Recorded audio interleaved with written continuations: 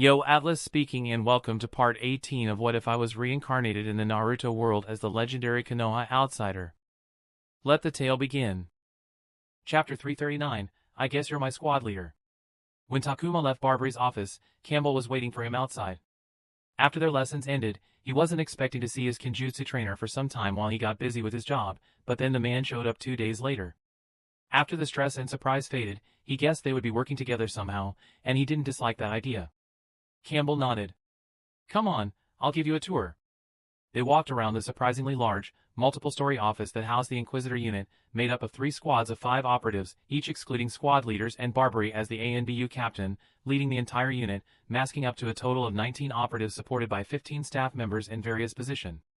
There were a lot more people involved in the operation than he expected. The units are named after squad leaders, so we are part of the Campbell squad. Including you and I, there are 6 people in the squad. Your friend, Kestrel, is also part of the squad, so you'll be working together, said Campbell. Kestrel was Amami's codename. 2 out of 5 are new, asked Takuma, surprised.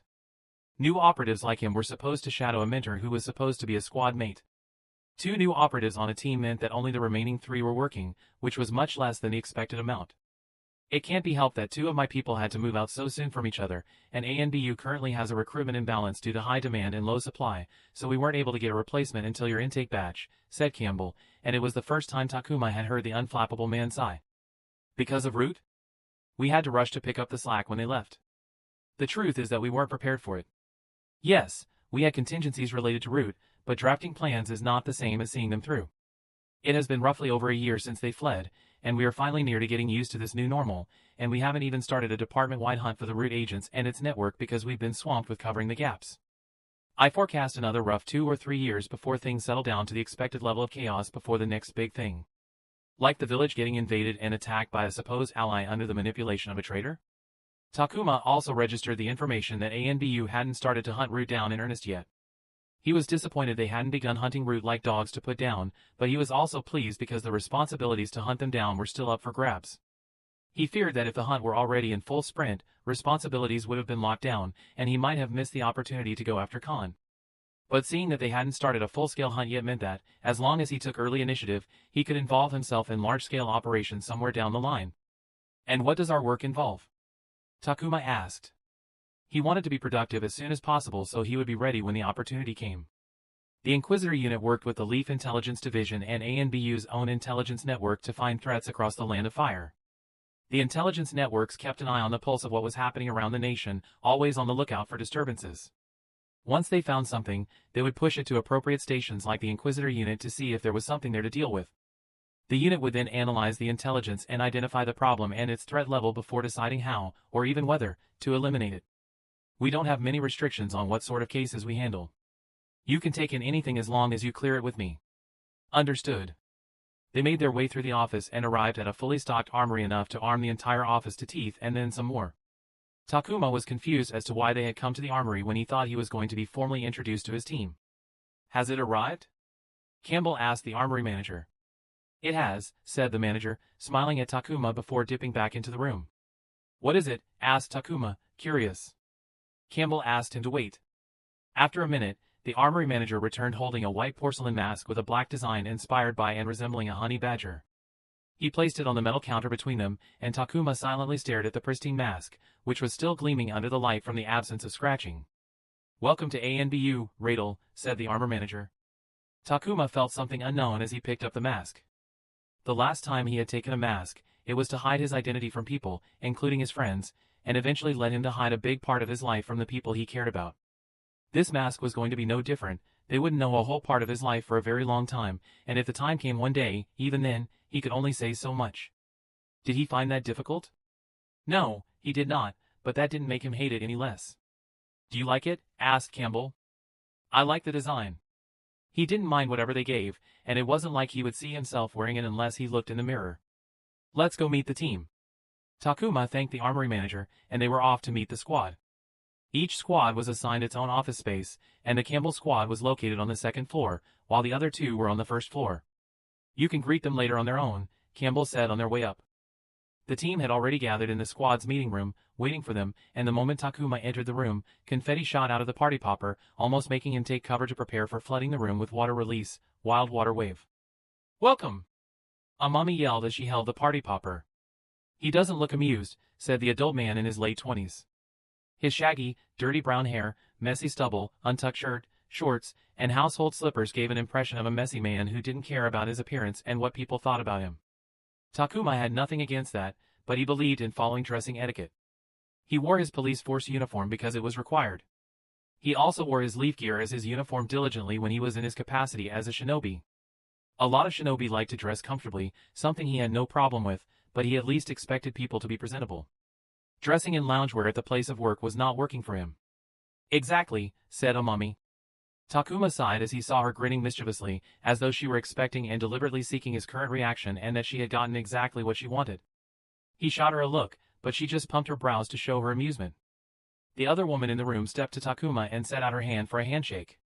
"Welcome to the team, Radel. I am Karakara," she said. She was the complete opposite of the man and was dressed in a crisp, ironed leaf uniform, her black hair tied in a tight bun, and she wore polished boots. She had sharp features and openly judged him as she made solid eye contact. "Nice, strong grip," said Takuma as he shook her hand. "You're not bad yourself." "I have heard a few things about you from friends at the police force," Karakara smiled. "I hope they were good," Takuma smiled back, knowing she was one of the people looking at his file. Karakara simply smiled.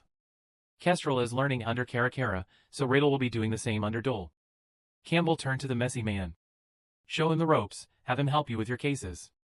Learn everything from him, if you have questions, ask him. I expect good results," he finished by addressing Takuma.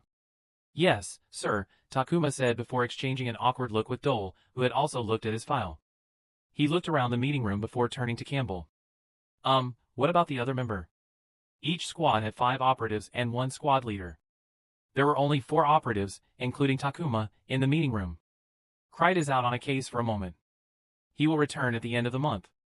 You can meet him when he comes back," said Campbell before looking at the wall clock in the room. "I have an appointment to attend at the headquarters and will return after lunch." "Have a safe trip," said Karakara. Takuma gazed at Campbell leave. His squad leader's name was also on the list of people who had read his file, which was to be expected since he was his direct supervisor. Amami put her hand over his shoulder as she leaned over to whisper in his ear. "Unfortunately for you, I have not read your file, so you don't get to read mine, dear 13, but maybe if you ask me nicely, I will tell you a secret about myself, but only if you tell me one first." Takuma pushed her away while wondering if she was really reading his mind because she could be scarily accurate at the most unexpected times. He guessed she knew what he was thinking because the same thing had happened to her when she joined the team. She was telling the truth because her name was not on the list. "I know you're shadowing Dole, but don't hesitate to reach out to me," said Karakara before leaving the meeting room. "Thank you," Takuma said with a bow. "Come, Kestrel. We have work to do. Let's have lunch together." Amami patted his shoulder as she followed Karakara out of the room, leaving him and his Dole alone. He looked at his mentor and asked, "So, where do we start?" He was now officially the ANBU operative codenamed Radel. It was time to get working. Chapter 340, here you go. Dole dumped 2 tall stacks of messy files, folders, and loose papers on the desk in Takuma's empty office. It was half the size of his office in the narcotics task force, but he guessed he could set it up to his liking with clever storage solutions. "What do I need to do?" Takuma looked up at his mentor, who seemed like he was not one for words. While Dole took him to introduce himself to the staff that worked closely with Campbell's squad, and once they returned, he asked him to wait in the office before arriving with a pile of paperwork. "This is all I have for the case I've recently finished. I want you to know the case, and the best way to do that is going through the documents and preparing the paperwork. Read it all, take the help of the staff authorized to see the material, and complete as much paperwork, procedure, and formalities as you can." Dole sounded dispassionate as he almost droned out the words, but Takuma assumed that was just how he spoke. "If you have questions, collect them all and come to me 1 hour before the end of the day, and we will go through them together. I'll give you 3 days for this, and then we'll see what you have." Dole walked out after patting him on his shoulder, leaving him with piles of paper. As he stared at the ivory mound before him, Takuma didn't know if he agreed with Dole's method of introducing him to the job. When he was in the narcotics task force, he would have the new hires participate in open, ongoing cases to give them a sense of personal involvement and attachment to the work they were doing so they would find value in doing tedious paperwork. Here, The case here was already over and it felt like Dole was offloading the uninteresting, busy work on him because he didn't want to do it. Dole didn't even give him a summary or overview to serve as an entry points into the case. And the 3-day deadline with no checks beforehand made it feel like he didn't care about the work he submitted. But he couldn't complain as this was the first task his mentor had assigned him. He had to do his best to create a positive first impression.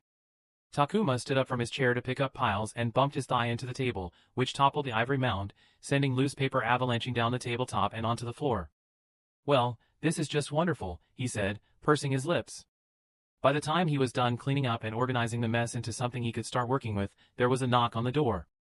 He looked up to see Amami and Karakara standing outside his office. "Let's have lunch," said Amami, glancing at the tabletop covered with documents. "It's that time already?" asked Takuma, looking at his office walls that lacked a clock. "Come on, my treat," Karakara said. "So, what's his deal?" Takuma asked.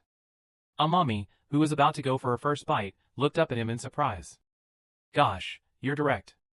Beat around the bush a little, will you?" She glanced at her mentor sitting by her side. They sat in a small diner 15 minutes from their office that served homemade food run by a middle-aged couple and seemed to be a regular fixture for Karakara. The choice to bring him here and not somewhere a bit fancier gave him an understanding of his new senior teammate's personality. "It's okay.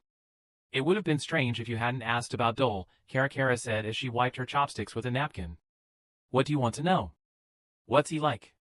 His personal life? I don't know much. We've worked together for a good while, but we're work friends, never really discussed personal stuff. As for his professional competency, contrary to how homeless he appears, that man is brilliant at his best. He is a homebody who hates to travel, so it's fitting that he has a terrifying knack for using collected intelligence from our networks and assets to find the crux of a case and then drill into the cracks until they break open.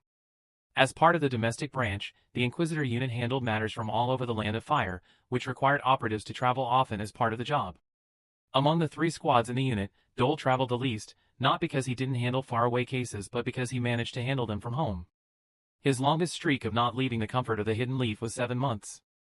"I benefited greatly from the cases we worked together and saw how he worked. Shadow him, try to learn how he deciphers and interprets information," said Karakara. Takuma thought about the work Dole had given him.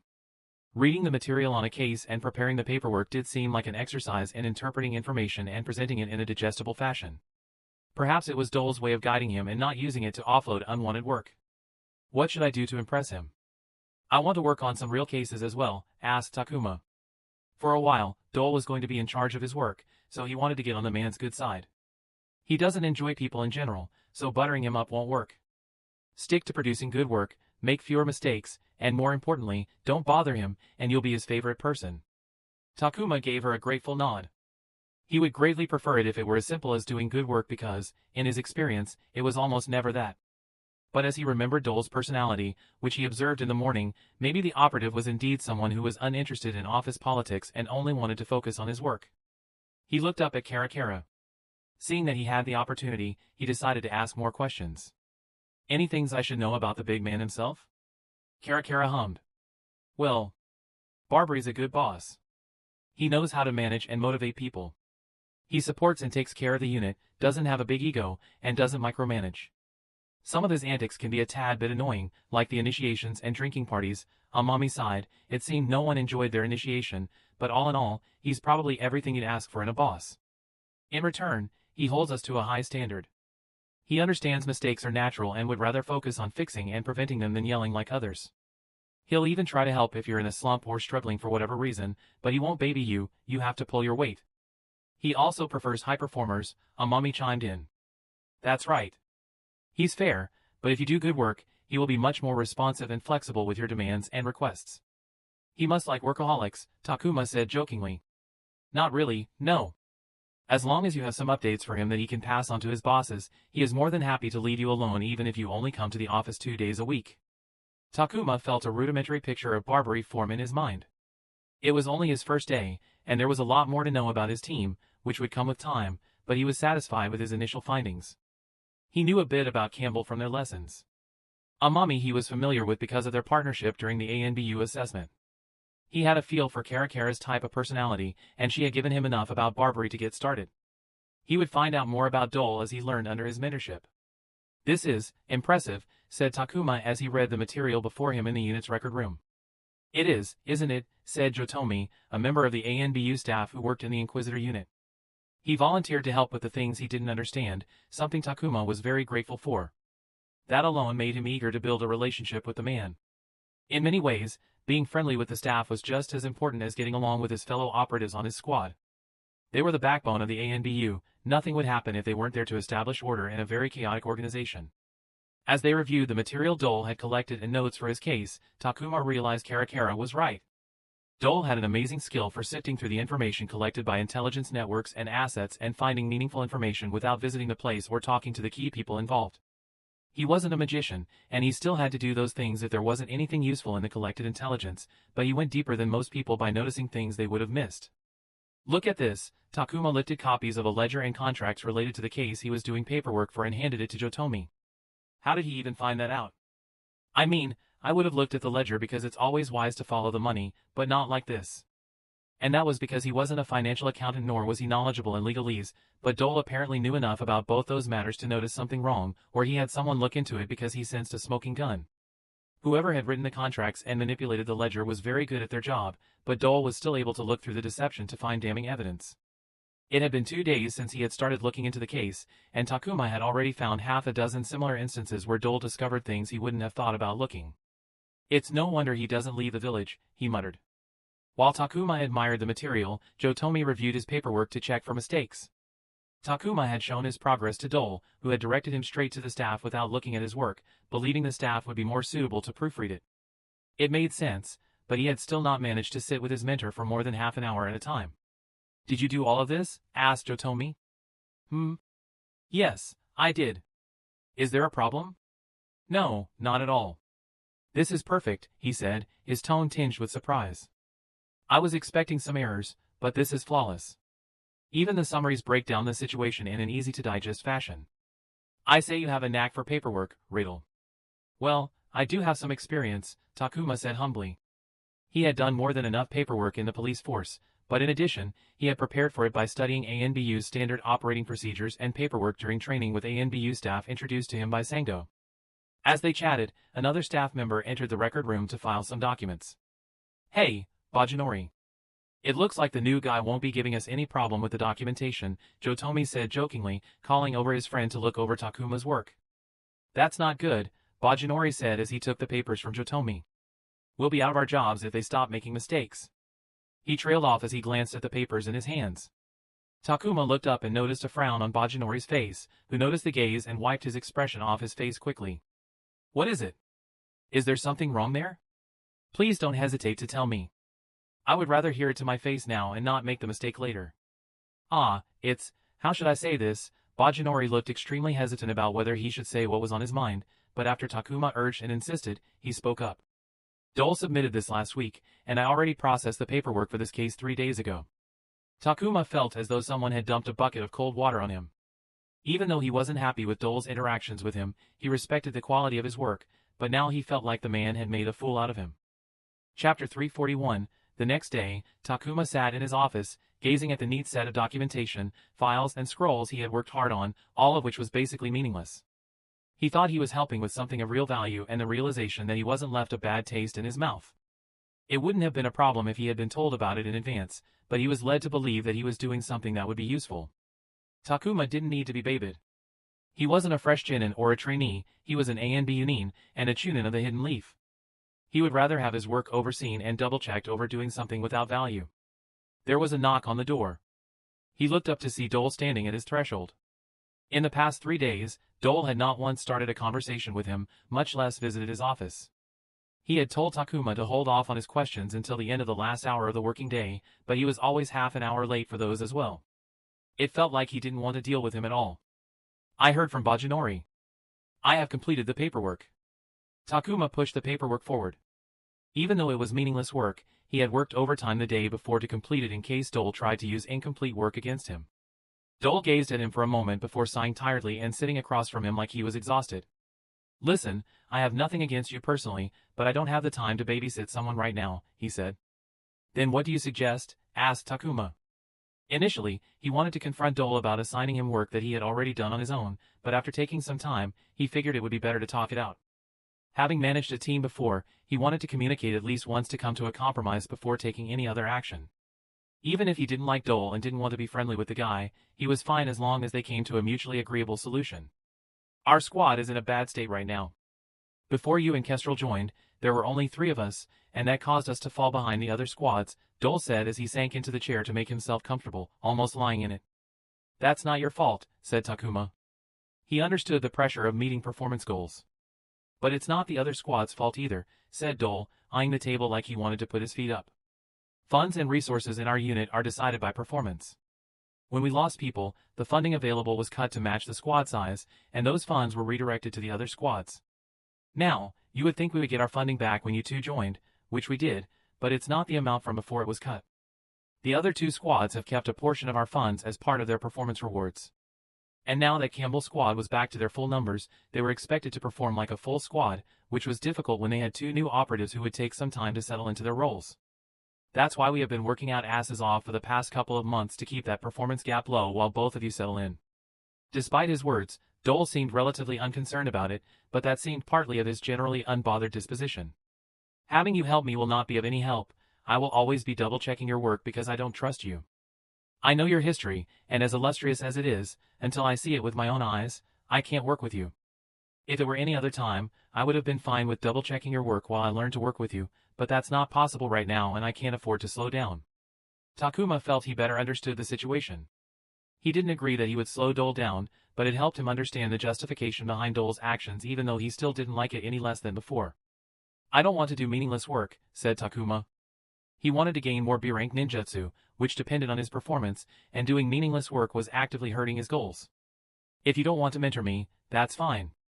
You don't have to take responsibility for me. I'm willing to go out on my own and be accountable if I screw things up. Any screw-ups will undo our efforts. Dole sighed yet again. Well, whatever. If you really want to do something, I might have something for you. Straight-faced. Takuma watched as Jotomi wheeled a trolley full of crate boxes into his office. That's a lot, said Takuma. We get a lot of tips and reports every month, Jotomi replied, unloading half a dozen boxes into a corner of his empty office. Leaf shinobi were stationed all around the Land of Fire. There was a program that allowed them to send tips and reports to the intelligence division of any wrongful sightings they might have witnessed. If someone believed reporting wrongdoings up the chain of command would be insufficient or put their life in danger, shinobi had the option to mail a report to the intelligence division, who would forward them to the appropriate authorities, which often included ANBU. An overwhelming majority of such reports are false, Jotomi sighed in frustration. You wouldn't believe what lengths some people would go to get some people into trouble. They submit reports falsely accusing someone of some heinous crimes. Then there are delusional people who think up conspiracies in their minds and take them too seriously. There are even psychos who address their letters to the ANBU and threaten us to do something for them if we don't want confidential information leaked to our enemies. I'm sorry, what? People do that? Takuma said in surprise as he looked at the crate boxes that were filled with letters, suddenly wondering if Dole had again stuck him with something useless. Oh, they do all kinds of shit. That's why we call it trash mail. Isn't there something we can do to discourage this type of behavior? Jotomi shook his head. It's not worth it to dissuade them. Huh, why? We don't want people to fear retaliation. Once in a blue moon, someone does send in a true report. What if that person fears that he will be punished if we cannot find a lead? People would be scared and might stop reporting. So even though it increases our work, we have to keep all channels open. And well, there was a time when we did punish some obviously false ones, but we found out that it was not worth it to waste our time and resources. Now, we just leave them be. Takuma walked to the crates and squatted next to one of them. Each box seemed to have dozens and dozens of letters. He didn't know how long it would take to go through them all to judge their legitimacy and then decide which ones were urgent enough to give priority, and that was contingent on whether there was a legitimate report in the pile of trash. These 5 boxes have already been checked and rejected by someone in the unit. The final box is new, so we haven't gotten the chance to go through them. I suggest you start with this box. Jotomi pointed at the crates. Everyone knew about the reputation of trash mail for being bogus, and because of that, no one liked to go through it because it was a waste of time. According to Dole, all squads had to fulfill their quota of verifying trash mail, but because everyone was busy and no one liked trash mail duty because of its reputation, people rushed through it, but even that rush job was unwanted. Go through the trash mail properly and complete our squad's quota. If you do that, I will give you something real to work on. That's what Dole had promised him. Takuma gazed at the boxes. On the surface, it was good news that he only needed to focus on one box, but then he wouldn't have asked for all of them to be brought in. Dole had told him that verifying trash mail was always a rush job, so there could be a narrow possibility that maybe they missed something. It was wishful thinking, but Takuma wondered if he could find something. It would be a good look if he found something legitimate in the trash mail when everyone had missed it. If he didn't find anything, Dole would give him something when he completed the squad's quota. Well, it's time to get busy, I guess, said Takuma as he picked up one of the crates. He had been in this situation before in the police force. He had climbed up from the bottom to create something for himself back then. There was no reason why he couldn't do it again. He just needed to keep working, and results would appear when it was time. Straight-faced. The nuclear family of 4 sat together for supper around the dinner table at the Uchiha house. The father and eldest son were chatty, so they talked even less while eating. The youngest son idolized his brother, mimicked him and stayed quiet during mealtime, leaving the mother to pick up the conversation. Listen to this, Takuma picked up a job, said Makoto as she gave Sasuke a look when he tried to skip out on eating his greens. I knew he wasn't the type to take C-rank missions with teams from the Genin Corporation.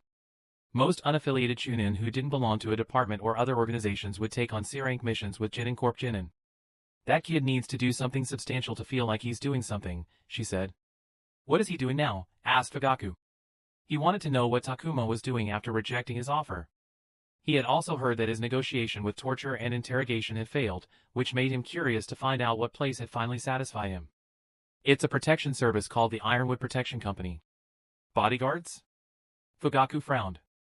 It was a common move for people who left the police force, but he didn't think Takuma was the type to go for it.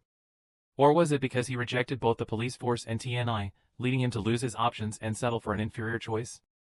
If that was the case, there was still a chance to bring him back. Yes, it's a unit under Aburame Senpachi, said Makoto. I was surprised as well. 2 sets of hands eating food paused when they heard the name Aburame Senpachi. Fugaku and Itachi glanced at each other. They knew what Aburame Senpachi did. He was Itachi's peer as a fellow ANBU captain. Fugaku, as the head of the Uchiha clan, was privy to some confidential information, and the Aburame Jonin's true identity was one of the things he knew. Itachi remained still for a moment before giving him a slow nod. Aburame Senpachi had various non-ANBU units under him. It took him a moment to confirm whether Ironwood Protection Company was an ANBU unit. Fugaku sighed, no wonder. What did you say? I missed that, said Makoto. Fugaku set down his chopsticks. There was a problem now that he knew Takuma had joined the ANBU. He gazed at his wife. He didn't appreciate that an ANBU nin would be in frequent contact with his wife. He barely trusted his son after what had happened, so he didn't trust an outsider like Takuma. It wouldn't be a surprise if the ANBU asked Takuma to keep an eye on his wife and subtly get information about the clan from her. Makoto was capable, and he didn't think she would jeopardize the clan, but he also knew that she liked and trusted Takuma, and trust was vital for any genuine relationship. It also made people blind. You shouldn't compromise an ANBU nin's cover. He heard Itachi's voice as if it had been whispered right next to his ear. It was an application of voice modulation through chakra. He knew that his son had to say that as an ANBU nin. Even if he meant those words, Fugaku wouldn't risk the clan for Takuma's cover identity. What are you two talking about? Makoto asked, her eyes narrow in suspicion. She noticed the voice modulation usage due to how close they were sitting. Fugaku glanced at Sasuke as he said, we will talk about it after the meal. I have to tell you something important. Chapter 342, how's the new kid doing? Barbary asked Campbell as they gazed out from the roof of Ironwood Protection Company's offices. The building was secured shut with a thick metal hatch reinforced with Fuinjutsu for security reasons, but that didn't stop anyone from scaling the side of the building in case they wanted to enjoy a smoke break. Campbell took a drag from his cigarette and waited a moment before replying, Radl's working his way through trash mail. That's a tough start. Barbary took the cigar out Ophi's mouth to chuckle. But are you sure you want him spending his time on trash mail? Campbell didn't agree with Dole's decision to put their newest addition on trash mail duty. He wanted him to involve Radl in some of his cases, as Karakara did with Kestrel, to familiarize himself with the work and get him running independently. And while he had the authority to order Dole to have Radl join him on his cases, he didn't want to because he knew how territorial ANBU operatives were when it came to their cases.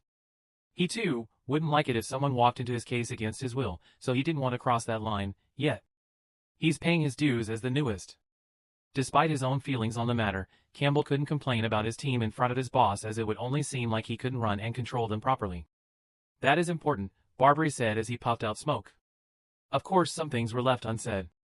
There were more important things to Campbell's squad than having Radel pay his dues because they were falling behind the other squads. There was an assessment in a couple of months, and they needed good showings from Kestrel and Radel as soon as possible to look comparable to other squads if they didn't want to lose resources and case priorities. He looked at his cigarette after another drag and felt like his usual amount wouldn't cut it anymore. Straight-faced up. It didn't take long for Takuma to come to the same decision as every other ANBU agent before him. Trash mail absolutely sucked ass. He had been chipping away at the stack of reports for over 2 weeks and hadn't found a single legitimate one. Over half of them were blackmailing attempts or absurd conspiracy theories that should have been run through a shredder, but he had to check them just in case there was something, which, of course, there wasn't. As if that wasn't bad enough, there were a few that seemed viable and so gave them a chance of legitimacy, which made him send requests through the intelligence network around the Land of Fire. He had to keep in touch with other shinobi, follow through with them when they didn't reply or he wanted additional information, and juggle a dozen more things which came with collaborating with people far away. And yet, not a single one of those reports turned out to be true. He understood why the others had been lackadaisical with their trash mail checking. Where he had submitted multiple requests to the intelligence network for every case to ensure nothing of importance slipped through the cracks, others had done a single check, and if nothing came back, they moved on. Takuma was starting to think it was time to move on to a similar approach. "Just get this over with and Abdul give you a real case," said Amami, sipping on a cup of crappy coffee as she sat behind his desk on his chair. Meanwhile he was on a second-hand couch and low table he had purchased for his office, working on yet another trash mail report. He looked up at her. "Help me out then." No. Takuma glared at her before returning to finishing the report he was working on.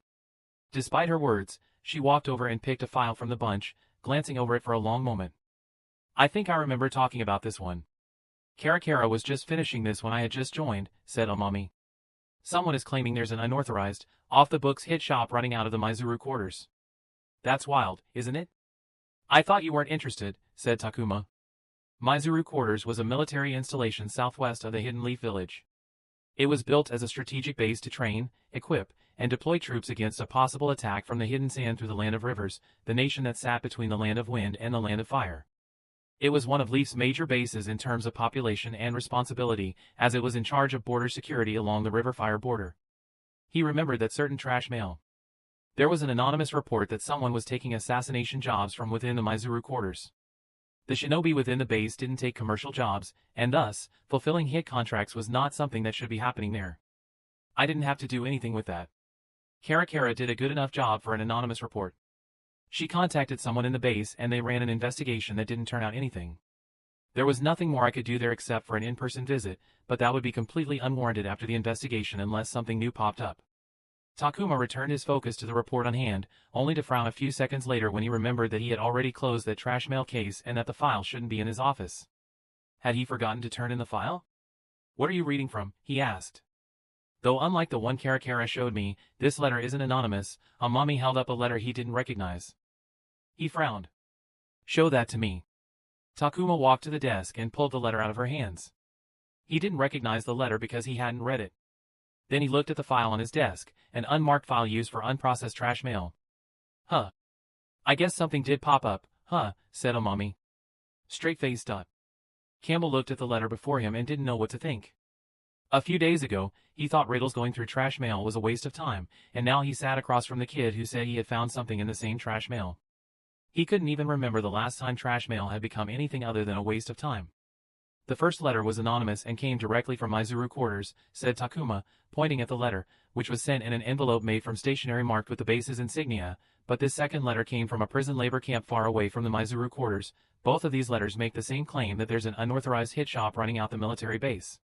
Campbell couldn't deny the existence of the second letter, making the same claim and raising some questions, but it wasn't enough, so he asked about the second sender.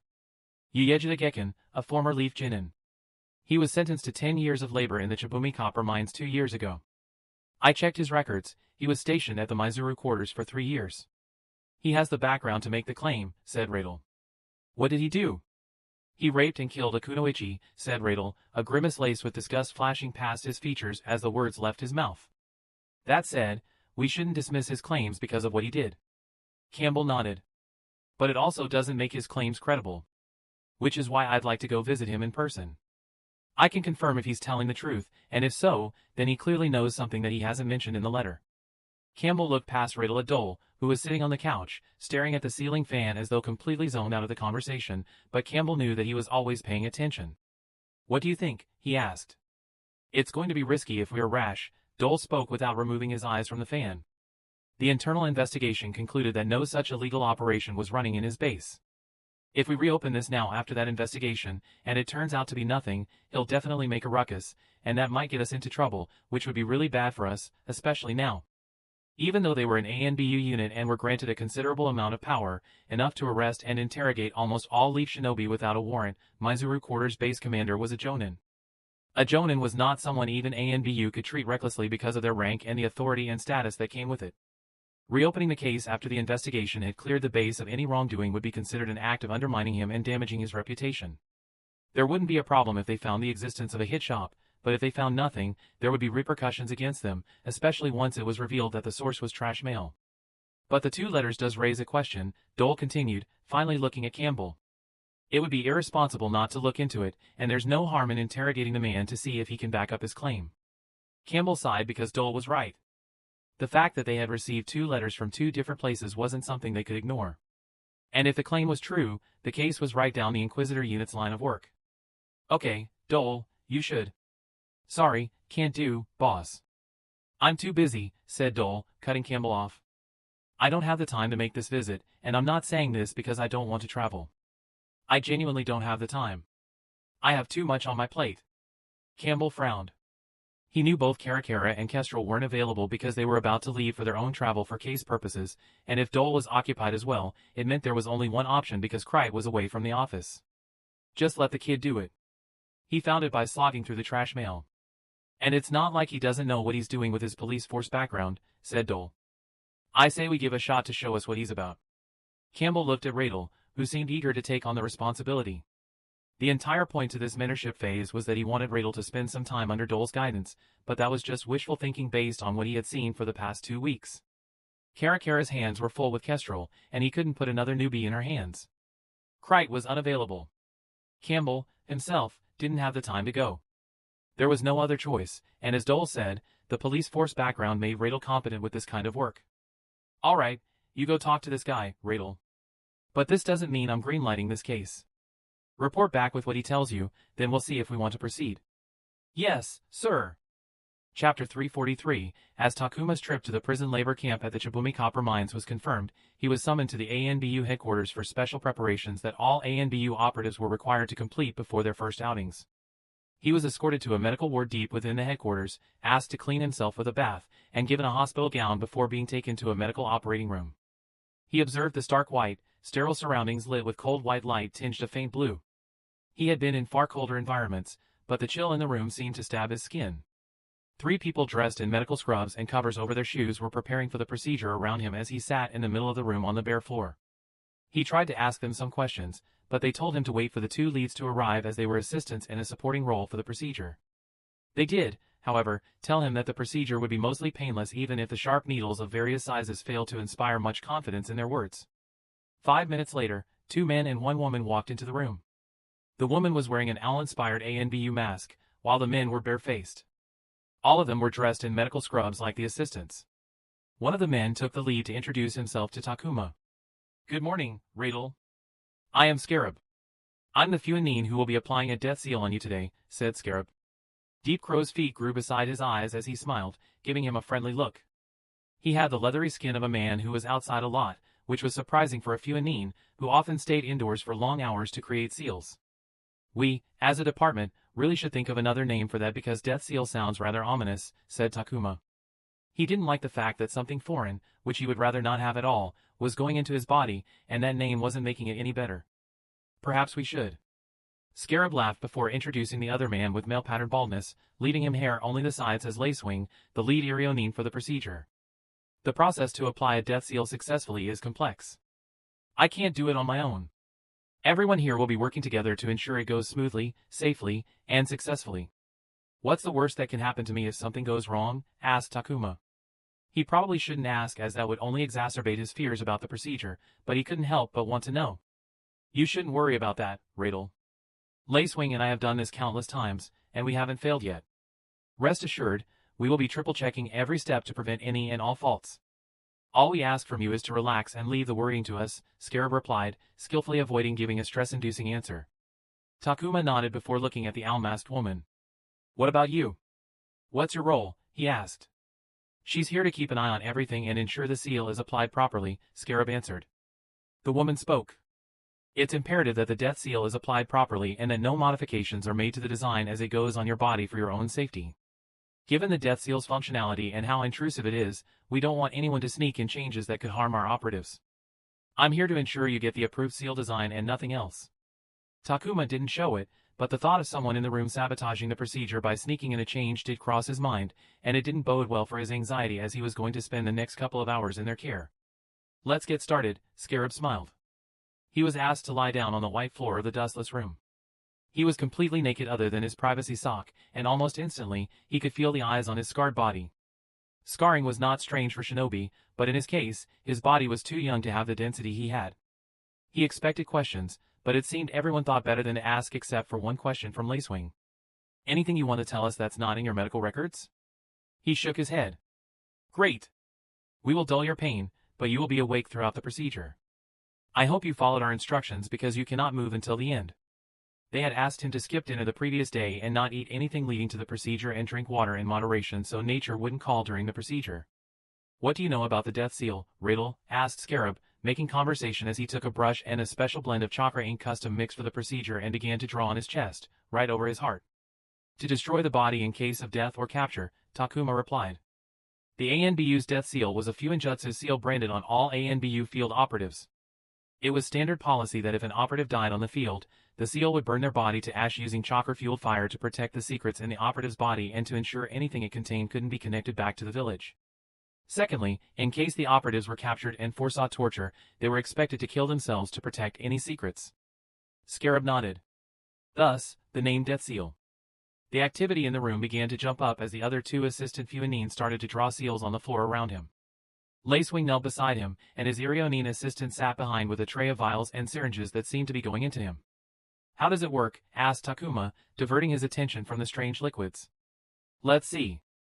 I can't explain everything because it would take me a while to tell you everything, and well, I can't tell you everything because the less information is out there, the less chances of something finding a way to break or misuse the seal, said Scarab as he continued to draw.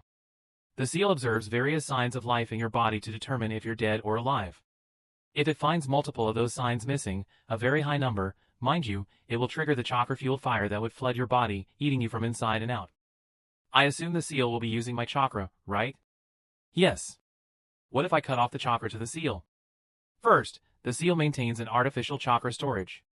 Of course, chakra can't be stored indefinitely, so it will replenish that storage over time, so you can technically cut off chakra, but you'd need to do that for a week to drain the seal completely. I assume there's a catch to that. The seal will be grafted right into your chakra pathway system. Chakra was essentially life energy. A small amount flowed through all living beings at all times, even if they hadn't trained to actively mix chakra to use for jutsu, like in the case of shinobi. When that natural, ever-present chakra flow was cut, it led to a condition called chakra exhaustion, which caused the body's organs to shut down, leading to rapid death. It could happen when someone exhausted their chakra reserves, but it also could be done willingly while making mistakes performing acts like chakra masking, which was the act of limiting the flow of chakra to hide one's presence from the special chakra senses of a sensory neem. A shinobi could only limit their natural flow so much as approaching zero triggered a state identical to chakra exhaustion, leading to rapid death. The chakra pathway network, which was present throughout the body, served the same function for chakra as blood vessels did for blood.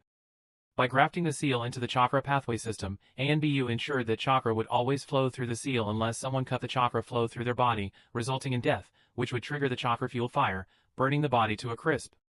What about the Hyuga? Asked Takuma, thinking about a scenario. Can't they use the Byakugan and their clan's taijutsu to block chakra flow by jamming Tenketsu? The Hyuga clan, with their Byakugan, could see the chakra pathway system and the needle-tip-sized Tenketsu points on it. Tenketsu were nodes through which chakra could be released, and they controlled chakra flow like control valves. The Hyuga's taijutsu allowed them to hit those Tenketsu points to block the chakra flow, barring the target from releasing or moving chakra through their body, temporarily removing their ability to use jutsu. Scarab smiled. To arrive there so quickly, I'm impressed, Radel. Unfortunately, Hyuga's 8-trigram taijutsu doesn't block chakra flow completely. If they could do it, they would be the strongest clan in the world, able to kill people by blocking their Tenketsu. Instead, they reduce the chakra flow to a point that's insufficient for even a D-rank jutsu. To everyone, it physically feels like their chakra has been sealed. I didn't know that, said Takuma as he gazed at Lacewing, who was preparing for some kind of procedure in the corner of his eye. He was also beginning to feel drowsy from whatever they had injected into him. And well, you don't need the Hyuga. A sufficiently skilled Irionin can completely block specific pathways, said Scarab as he continued to cover his body in script. To combat that, the seal will connect to all the pathways that go through your arm. If you want to cut chakra to the seal, you will have to cut all the chakra to your arm, and if you do that, the arm will rot off your body long before the seal runs out of chakra. Or you cut off your arm, said Takuma. He didn't feel like the drugs were putting him to sleep, but it made him so warm and comfortable that he didn't mind taking a nap. Correct. Isn't that a fault? What if an enemy chops my arm off? We couldn't figure out anywhere else to put it without the seal interfering with smooth chakra flow that creates problems with using jutsu. What's the process of removal? A short medical procedure will be done when you leave the ANBU, said Scarab before getting up to move and letting Lacewing take his place. Which arm do you want the death seal on, Radel? Asked Lacewing with his assistant carefully holding medical equipment for a precise and delicate surgery. Takuma felt as though he was floating on a cloud while lying on a cold, hard floor. Left, he answered. Will the seal be visible? You can hide it at will. For the next 2 hours, the Fuinin drew a complex Fuinjutsu design on the floor. 2 squares atop each other, offset by 90 degrees, inscribed in a larger circle. In the center of it all was Takuma, covered in dozens of lines of symbols that continued on the floor and extended far out. The Irionin, on the other hand, had operated on Takuma's left delt in preparation for the seal to graft itself into his chakra pathway network. And during all that time, the owl-masked woman triple-checked every inch of the Fuinjutsu ink work. Scarab stepped around the ink on the floor until he was next to a semi-conscious Takuma. Should I proceed? He asked the owl-masked woman for authorization to bind the seal. The woman didn't answer. For a minute, she went through a checklist on her clipboard before nodding and giving him the go-ahead. Scarab knelt beside Takuma, took a deep breath, and gathered his chakra as he weaved hand seals before slowly touching the seal circle over Takuma's heart. A wave of power rippled through the room, and the symbols in the room began to glow until they were shaking. He weaved another set of seals and pressed the seal circle over the left delt, and the glowing symbols began to enter Takuma's body. Almost immediately, Takuma seized up before his muscles began to spasm. His left delt steamed as a blood-red ANBU insignia of stylized flames was now etched into his body like a tattoo. Congratulations, Radel. You're now approved for field deployment. Chapter 344, Campbell stepped back as he watched the wooden training sword miss his neck. It was a predictable swing of an amateur who had just started his journey with Kenjutsu. His sword sat limp by his side and hand as he simply dodged and evaded Radel's swing. His lessons with Radel were over, he no longer had the obligation to teach him. But now, he was Radel's squad leader, and continuing their Kenjutsu training served as a good way to develop a relationship and find more about him so he could better manage him. The sword is not a stick or a baton, so don't use it like that, Campbell said as he moved backwards while Radel chased him before jumping up to avoid the vertical sword sweep coming for his shins. It may cut like a kunai, but it's longer, heavier, making it a different beast altogether. Listen to what the sword is trying to say by feeling its weight as it guides you. Radel pulled back, his torso raising as though he was about to slow down, but he dipped his shoulders and charged at him even faster than before. Campbell clenched the sword, ready to use it at a moment's notice as he moved around the aggressive swings. He was approaching the limit of how much he could face without using the sword as part of his defense. Even though Radel was a Kenjutsu amateur, he had a solid taijutsu foundation, was confident in his movements, and had a sharp battle instinct along with eyes trained to observe his opponents. Even though it was all being dulled due to his poor skill with the sword, Campbell was finding it hard to resist his impulse to use his sword to parry or block. Gosh, this is scary. He saw a look of intense concentration in Radel's eyes. He could tell the boy was blocking out everything else and solely focused on him. It was dangerous to fight like this because it opened Radel to attacks from any third party, but this was a one-on-one training spar, and he could tell that this type of concentration was working. Radel darted on his feet, skipping back and forth in both directions while he feinted with his sword. 2 weeks ago, he moved like a utility pole because he wasn't used to simultaneously moving on his feet and swinging his sword. But here he was, trying to bait him while keeping on the move. Campbell decided to switch things up. As Radel moved in for an attack, his sword that had been lying dormant in his hand moved like lightning for Radel's chest, who was taken by surprise and hastily moved his sword to block. He didn't pressure him and let Radel recover and make the next move, but the moment he raised his sword, Campbell parried it, destroying all his momentum. You have to do better than that, he said. Radel narrowed his eyes as a calculative look appeared on his face before he charged at him, his feet cratering the ground as he jolted forward. Campbell raised his sword to block the attack, but the ground cracked again as Radel changed direction to approach him from another direction.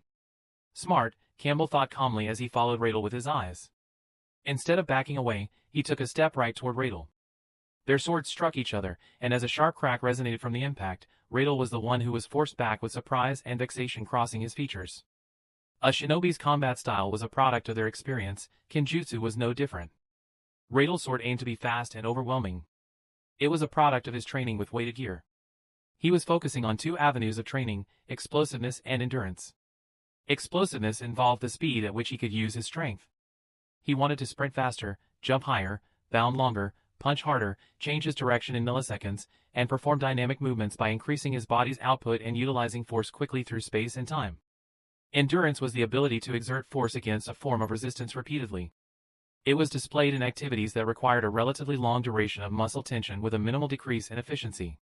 Essentially, he wanted to last longer without gassing out. According to Radel, he was in a phase where he was focusing on explosiveness.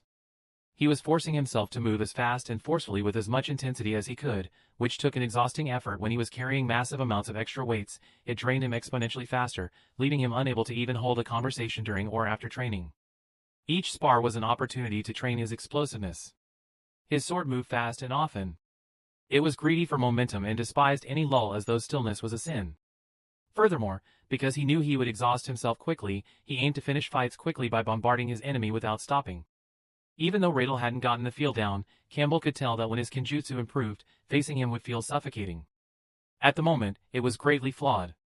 Even if Radel got 10 times better at Kenjutsu, Campbell could still see himself decimating him within a minute. But that was fine. Progress was rarely linear.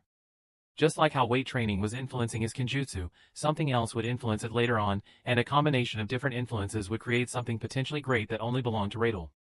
Or it would all clash and collide against each other, creating something that would actively hurt his combat capability, making him a poor Kenjutsu user. All Campbell could do was guide him, believing that Radel would be wise enough to see his errors and knowledgeable enough to find the correct way. Campbell had once destroyed his Kenjutsu thrice, where he had spent 3 months to a whole year at being a shadow of himself, and he didn't think he was past experiencing it all over again. Progress was not linear.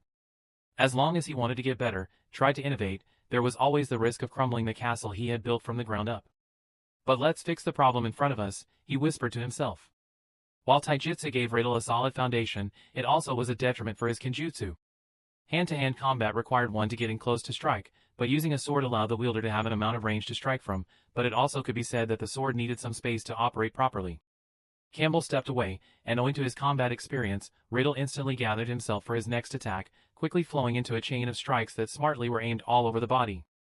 He sliced at the upper arm before going down to a stab at the hop and then aimed up at the chest, trying to force Campbell to move his sword over great distances to force an opening. It would have been an effective tactic if not for Radel's sloppy Kenjutsu. Radel didn't stop and continued attacking. As he pulled his sword back for a stab, Campbell erased the distance between them by stepping forward. Now, Radel didn't have the room to fully extend his arm to put power behind the stab. "You need to readjust your sense of distance," said Campbell as he held his sword blade against Radel's neck for a moment before stepping back. "You're dead. Now what?" Radel breathed heavily as he raised his sword in a double-handed grip and began a full front assault. Campbell defended with his sword, and every time Radel brought his sword back for a swing, he stepped forward to close the distance so Radel could never get in a satisfying swing. All the while, he sneaked in light counterattacks that would have been lethal if he had been serious. "You're dead again," said Campbell. "I know you're tired, but think about it while your brain still has oxygen." Radel grunted in irritation but didn't rush in like always and stayed silent while breathing like he was addicted to oxygen. He raised his sword for a basic horizontal strike, and as Campbell stepped forward to not give him space to swing down, Radel took a wide step back, maintaining the distance as he swung down. "Good," Campbell nodded as he easily parried the strike before lightly kicking him in the chest, making an exhausted give up and fall to the ground. As Radel noisily panted on the ground while watering the grass under him with his sweat, Campbell said, "Taijutsu and Kenjutsu are different. They share similarities, so you can use your experience to get a leg up, but you must find the things that must be abandoned and rebuilt anew." He didn't expect a reply because he knew Radel's windpipe hurt each time he breathed in. "What should I do when I reach the labor camp?" asked Radel after 3 minutes of silence as he caught his breath. "He probably wants to trade in the information to reduce his sentencing," Campbell responded without thinking as he stared at the new death seal tattoo on Radel's arm. Anytime anyone offers information, regardless of if they have anything real, it is because they want something in return. Your guy probably wants to get out of wasting his good years working in forced labor. But don't offer him anything until you know he has something useful. Word travels fast. If people hear that A and B you lie, they would be cagey about sharing stuff. It probably doesn't matter if one guy does it, but imagine 10 operatives thinking they're that one guy. Our reputation is that we don't make deals easily, so if you don't give something concrete, we walk away without looking back.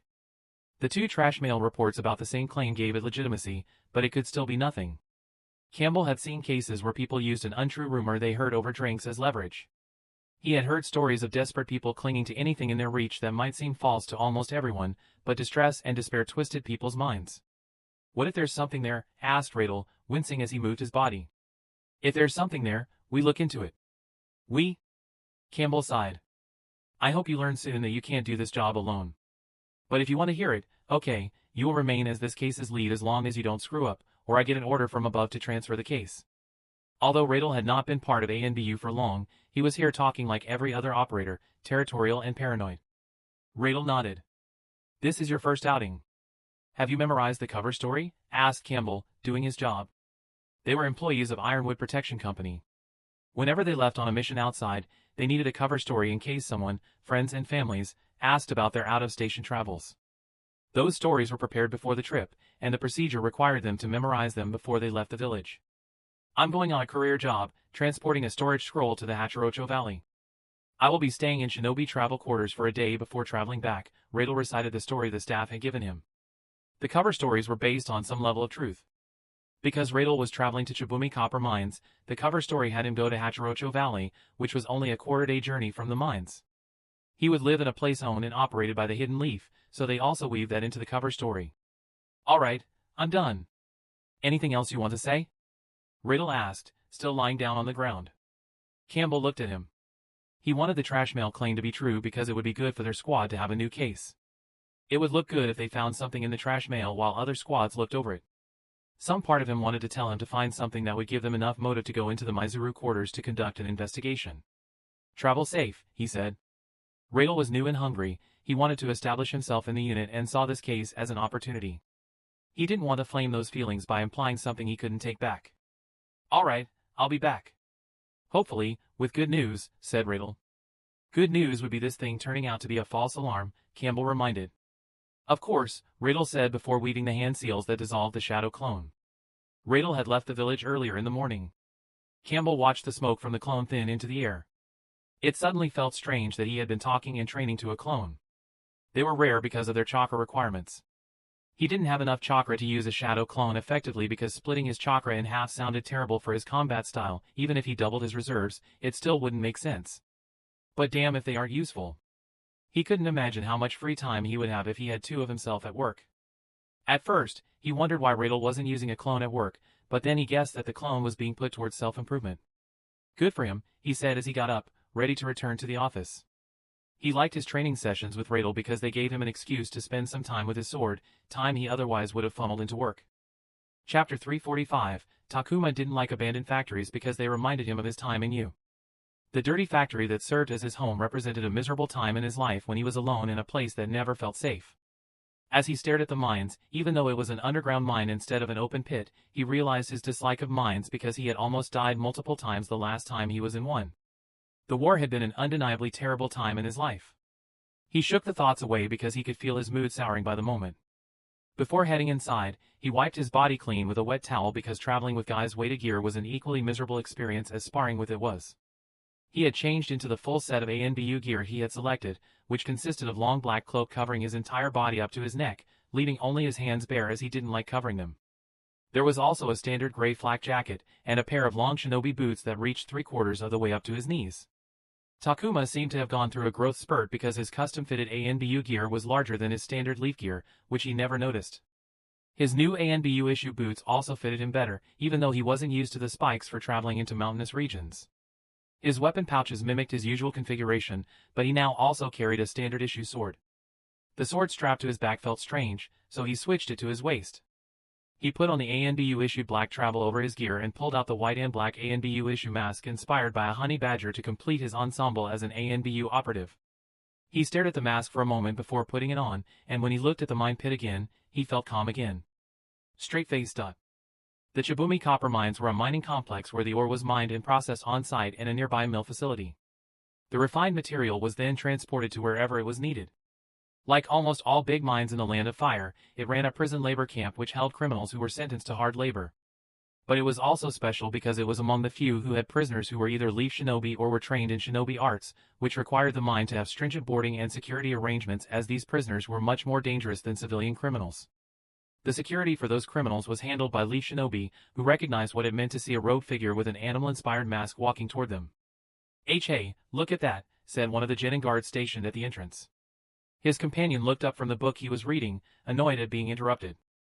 What? He asked with a bite before looking up to see the figure only a few steps away from them. Is that ANBU? I don't know. He looks like one. What should we do? We stop him to ask. Be careful, and polite. The figure stopped before them. Although they couldn't see the eyes through the mask, he faced them, so they guessed he was looking at them. Being unable to see his face was unsettling because they couldn't read his expression. I would like to meet the warden. He has been informed of the visit, said the figure, his voice inorganically distorted. The guards exchanged nervous glances. There was a saying that meeting an ANBU was never a good thing. We'll have to go ask. You'll have to wait here until then, one of the guards said, his tone inadvertently that of a hesitant request. The figure nodded. Straight-faced. For the first time, Takuma felt the power of an ANBU mask. He had seen many responses when people interacted with him, but fear was not one until he had something against them or he was about to kill them. With the mask on, he could feel fear radiating from them in his presence. They were scared of him, scared of what he could do to them with the authority he had. Of course, he understood they feared the ANBU and not the person. He would lose this newfound ability the moment he removed his mask. But it was useful, so he wasn't going to complain. I was surprised to receive the dispatch. It's not every day I find myself hosting an ANBU. He sat before the prison warden of the labor camp in his office. Shimura Bunradeo was a leaf shinobi and a chunin who had been managing the prison for 4 years. He managed a force of 40 shinobi who kept prisoners in check. Takuma didn't have anything against the man, but he couldn't help but be apprehensive when facing someone from the Shimura clan.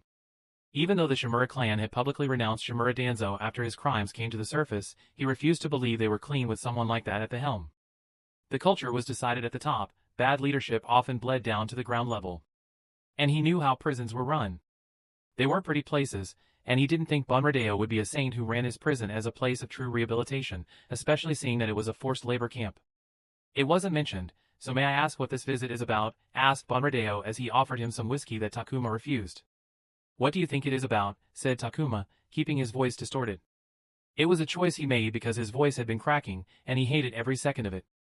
He couldn't let puberty ruin his first case as an ANBU operative. Is it about Lord Danzo?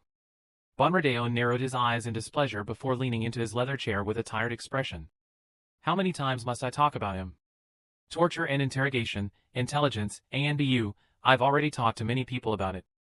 I do not have anything different to say at this point. How long must I suffer through this abuse?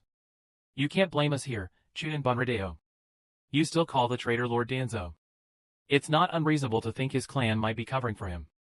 Of course, I'm not pointing fingers, but until his actions have had consequences, your clan is unfortunately paying the price.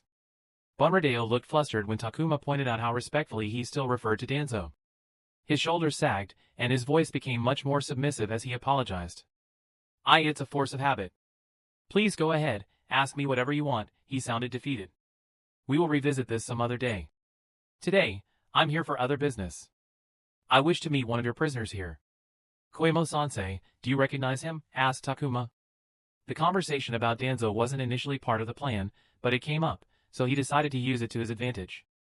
Bunradeo was clearly stressed about it, and by bringing it up first, he made him anxious, so when he found out that the visit was not about Danzo, he would feel relieved and would be much more perceptive to his demands. I do, said Bunradeo, color returning to his face. Why do you want to meet him? He claims to have information ANBU might be interested in. Okay, I will arrange a meeting. You can meet after he's done with his shift, Bunradeo nodded. But before that, you must go meet with the daimyo's emissary. He'll be very cross with me if I allow you to meet with the prisoner without having you meet him. A samurai? Bunradeo nodded. In the Land of Fire, all mines were owned by the Fire Daimyo. His government and ministry operated some of them, and others he contracted out. Those with the ability could win the rights to operate a mine, set up the infrastructure and operations using their own money, and give a cut of their revenue back to the fire daimyo. Many mines, small and big, were operated by powerful and wealthy civilians, and shinobi and samurai clans. However, because the fire daimyo owned the mines, he always sent a samurai emissary to oversee the mines, keep an eye on operations production to prevent corruption and profiteering. The Chibumi copper mines were owned and operated directly by the fire daimyo, which made the samurai emissary the boss of the entire operation. Bunradeo was only the prison warden and reported to the emissary. If the samurai wanted, he could deny Takuma his meeting as he had authority in the Chibumi mines. "How many shinobi serve under you here, warden?" Takuma asked as they traveled to the samurai's residence. The Chibumi mines consisted of 13 underground nodes. The 7th node was the labor camp with shinobi prisoners, which came under Bunradeo's purview. There were 2 more labor camps with civilian prisoners managed by civilians. The rest of them employed normal men working in mines for a living. The emissary's residence was located at the first and the oldest node, along with the main headquarters. "I have 30 shinobi working under me." "And how many prisoners?" 80 prisoners.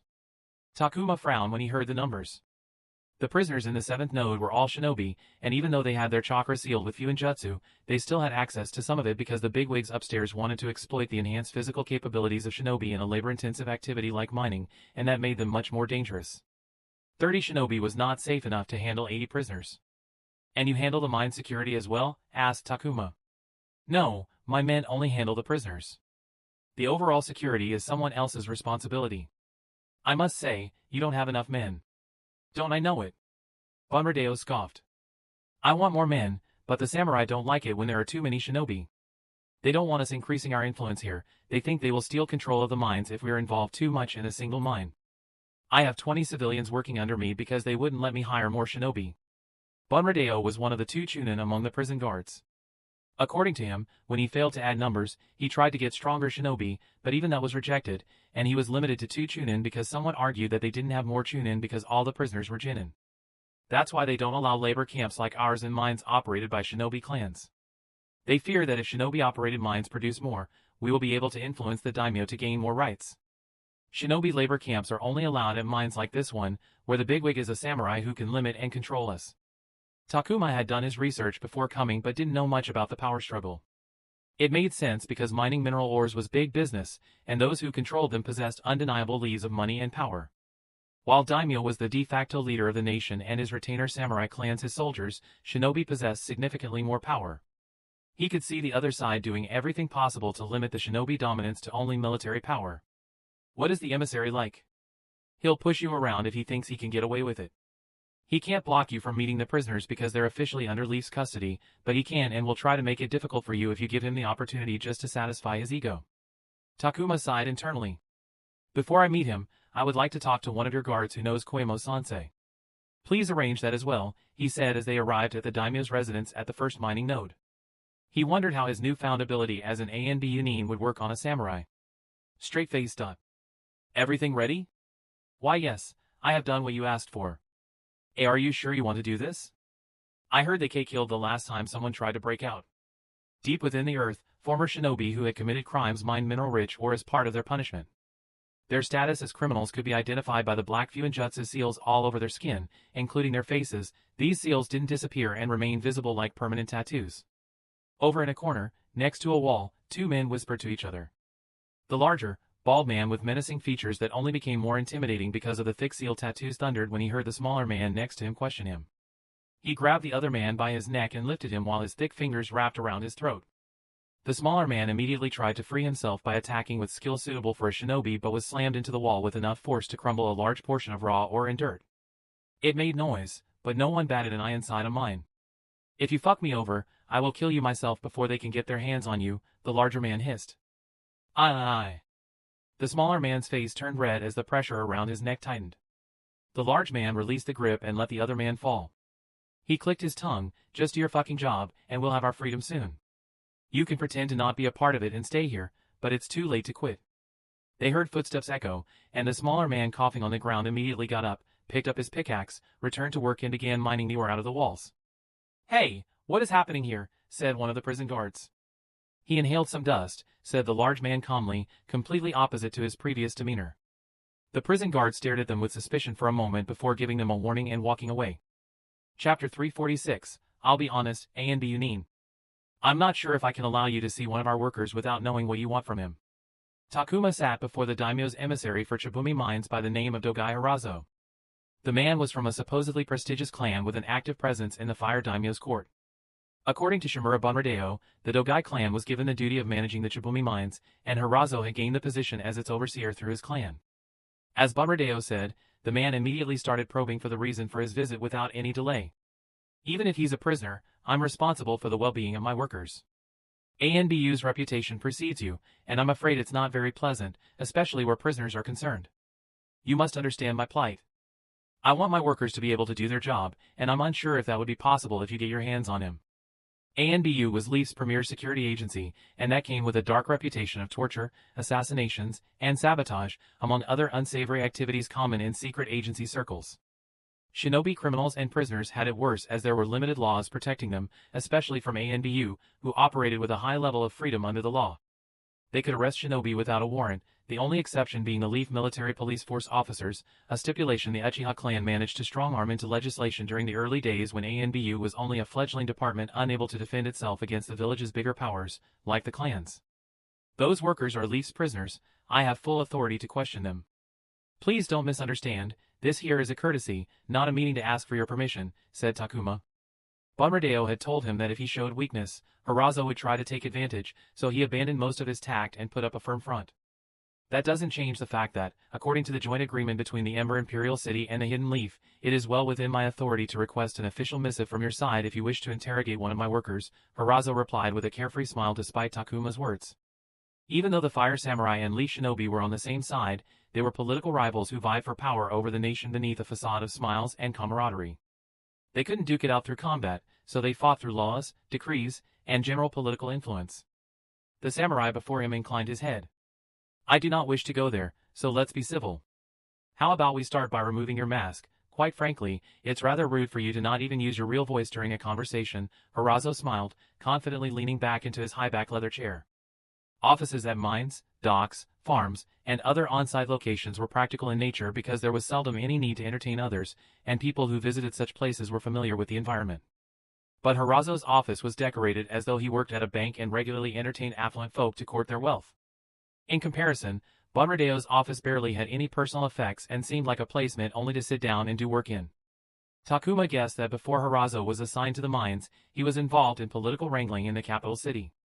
He was not intimate with the mining industry and had experienced subordinates to handle that side of his job for him. Seeing an ANB Union brought those tendencies back, and so he was going for negotiation to extract some kind of benefit, perhaps just for the sake of it. He started slowly as he worked through a response. If you want an official missive, I will return with one. Now, I'm not trying to hinder you from doing your job here, Hirazo interrupted with a bright smile and raised palms, so I'll scratch your back if you scratch mine. Don't you think so, Chunin Bunradeo? Bunradeo, sitting beside Takuma, could only smile politely and seemed unwilling to touch the mess with the end of a long bowstaff. He was stuck between his boss and an ANB Union, both of whom could make his life difficult. Choosing either side could be disastrous if the other side took offense. But it won't be for just one prisoner. I will come with missives for half of the labor camp and trap them in interrogations until I'm satisfied, said Takuma. The prison labor camp was a big part of Chibumi Copper Mine's production as they possessed strength and endurance far surpassing even the most physically fit civilian miners in their prime. Not only did they produce work equivalent to multiple men, but they also cost less than nothing, as the mine only had to arrange room and board as part of their sentences. For an overseer like Hirazo, meeting production targets was paramount because as long as he maintained high, consistent output, he was the king of Chibumi Mines, free to do anything he desired. Taking out his high-performing shinobi miners from work meant threatening the source of his power. Takuma had once tried to exploit two ANBU operatives by holding information hostage. Now, he possessed the authority and power of an ANB Union. He wasn't scared of a samurai far from the Ember Imperial City. Hirazo lost his smile and openly frowned at Takuma with a flash of displeasure and anger in his eyes before he wrangled hold of his expression and put on a trained, sickeningly sweet smile before expressing his disappointment in a more appropriate manner. Such a pity, and here I thought we could put our differences apart to cooperate in easing the needless competition between samurai and shinobi. Hirazo sighed, masterfully putting an act. Very well, you may have your wish. Bunradeo, see that our friend here has everything he needs. Yes, of course, Bunradeo nodded as though he was a simple subordinate doing his job. Now, if you will excuse me. I have some work to do, Hirazo said while he rose. Takuma thanked the man. He was about to leave the office when he felt a tremor below his feet. He looked outside to see the window rattle as a large dust cloud raised sky-high before the sound of the explosion reached their ears a long moment later. What was that? Hirazo looked at him, evidently amused at his reaction. It's blasting, a controlled explosion to access deeper areas and clean rock. It's a regular thing here, nothing to be worried about, Hirazo explained. No, I wasn't made aware of a blasting today, said Bunradeo, looking over to his superior with a light frown on his face. This wasn't scheduled. He pulled out a thick handheld radio from his waistband and tried to connect to the other side. There was no response for half a minute before one of Bunradeo's subordinates connected in. Sir, there's an explosion in Sector 7. I suspect a cave-in. There was a pause before the subordinate spoke again with even more urgency. I see prisoners running. There's a prison break. I repeat, the prisoners are escaping. Straight-faced. A group of prisoners gathered in a dimly lit corner of a copper mine, hidden from the guards by a maze of tunnels. The air was thick with the smell of damp earth and metal. Flickering torchlights cast long shadows on the rough stone walls. The sound of distant pickaxes and muffled echoes whispered through the tunnels. Kaido, a sharp-eyed giant, stood with his back to the walls. He scanned the faces of his fellow prisoners, who all had chakra-suppressing seals etched into their skin. Simple tags weren't quite enough for long-term prisoners. Listen carefully. This is our only chance. If we don't move now, we'll die in this pit, spending our good years here as Shimura and Ogai squeeze everything we have out of us. But if we work together, we can break free, he said in a low but commanding voice. Goro, his equally massive frame hunched in the cramped space, cracked his knuckles and smirked. You don't mind if I crush some skulls on our way out of here, do you? The guards have been so good to me that I want to return the favor. Don't get cocky or stupid, Goro. This isn't just revenge. One wrong move, and we're all dead. Follow the fucking plan, and you can kill anyone you want once you're out of here, Kaido said, his eyes narrowing before suddenly looking to the opposite end of the tunnel as he heard a sound. The group hushed and immediately broke up, going to their separate corners and picking up their tools. They pretended for half a minute, and when no guard appeared, they huddled back together. And why should we follow you, Kaido? Asked Ayam, the only woman in the group, with her arms crossed, showing open distrust and suspicion. You're springing this on us at the last second here. Why should I trust you and not believe you're going to screw us to escape on your own? Kaido grew closer to her, casting a dark shadow over her much smaller frame. Because I'm giving you a chance of survival. Do you want to waste away here? They've taken everything from us, our freedom, our dignity, our lives. The Hidden Leaf doesn't care about us, but that doesn't mean other hidden villages don't. We can go to the Land of Storms. I hear there's a great demand for shinobi there. Play your cards right, and you might even become a hidden range shinobi. A dry laugh echoed in the claustrophobic emptiness. Everyone looked at the wiry man leaning against a support beam. His viper-like features were marred with scars that made him look hideous when combined with the black Fuinjutsu seals. Of course, the great Kaido needs us now, Rinji scoffed. What happened to I work alone? Or did the guards finally knock some sense into you? Save the jokes for later, Rinji. If you'd rather stay here and rot, be my guest. But if you want a shot at freedom, you'll do as I say. Rinji cut a smile across his face, tight, sharp, and derisive. Fine. But if this goes south, I'm not sticking around to save your skin. Everyone would abandon ship if things went south, because the chance to save themselves remained. But cooperation meant a higher likelihood of escaping. Beyond that, they held no allegiance to each other. Here's how it's going to work. Goro, you'll trigger the collapse in Sector 7. That'll create the distraction we need. Kaido started revealing his plan. Ayam, you'll handle the guards near the east tunnel. Rinji, you're with me, we'll secure the armory. Once that's done, we'll meet near the water deposit, divide the weapons, and get the fuck out of here. Goro grinned in excitement. Finally, something fun. Those walls won't know what hit him.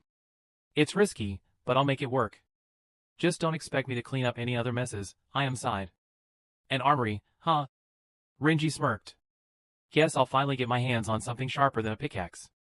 But all of this is useless because we won't get anywhere with these things still on us. He pointed at the chakra suppression seals on his face. I selected you three because your seal reapplication date is tomorrow, Kaido whispered. The chakra suppression seals weren't permanent and grew weaker with time and thus had to be reapplied regularly by the Fuenin in Bunradeo's crew. Right now, those seals are the weakest. They're vulnerable, and we're going to take advantage of that with these. He fished a jute bundle from his underwear and opened it to reveal the contents. Soldier pills? I am gasped, instantly recognizing the brown balls. Kaito nodded. If we take these, we can overpower the seals.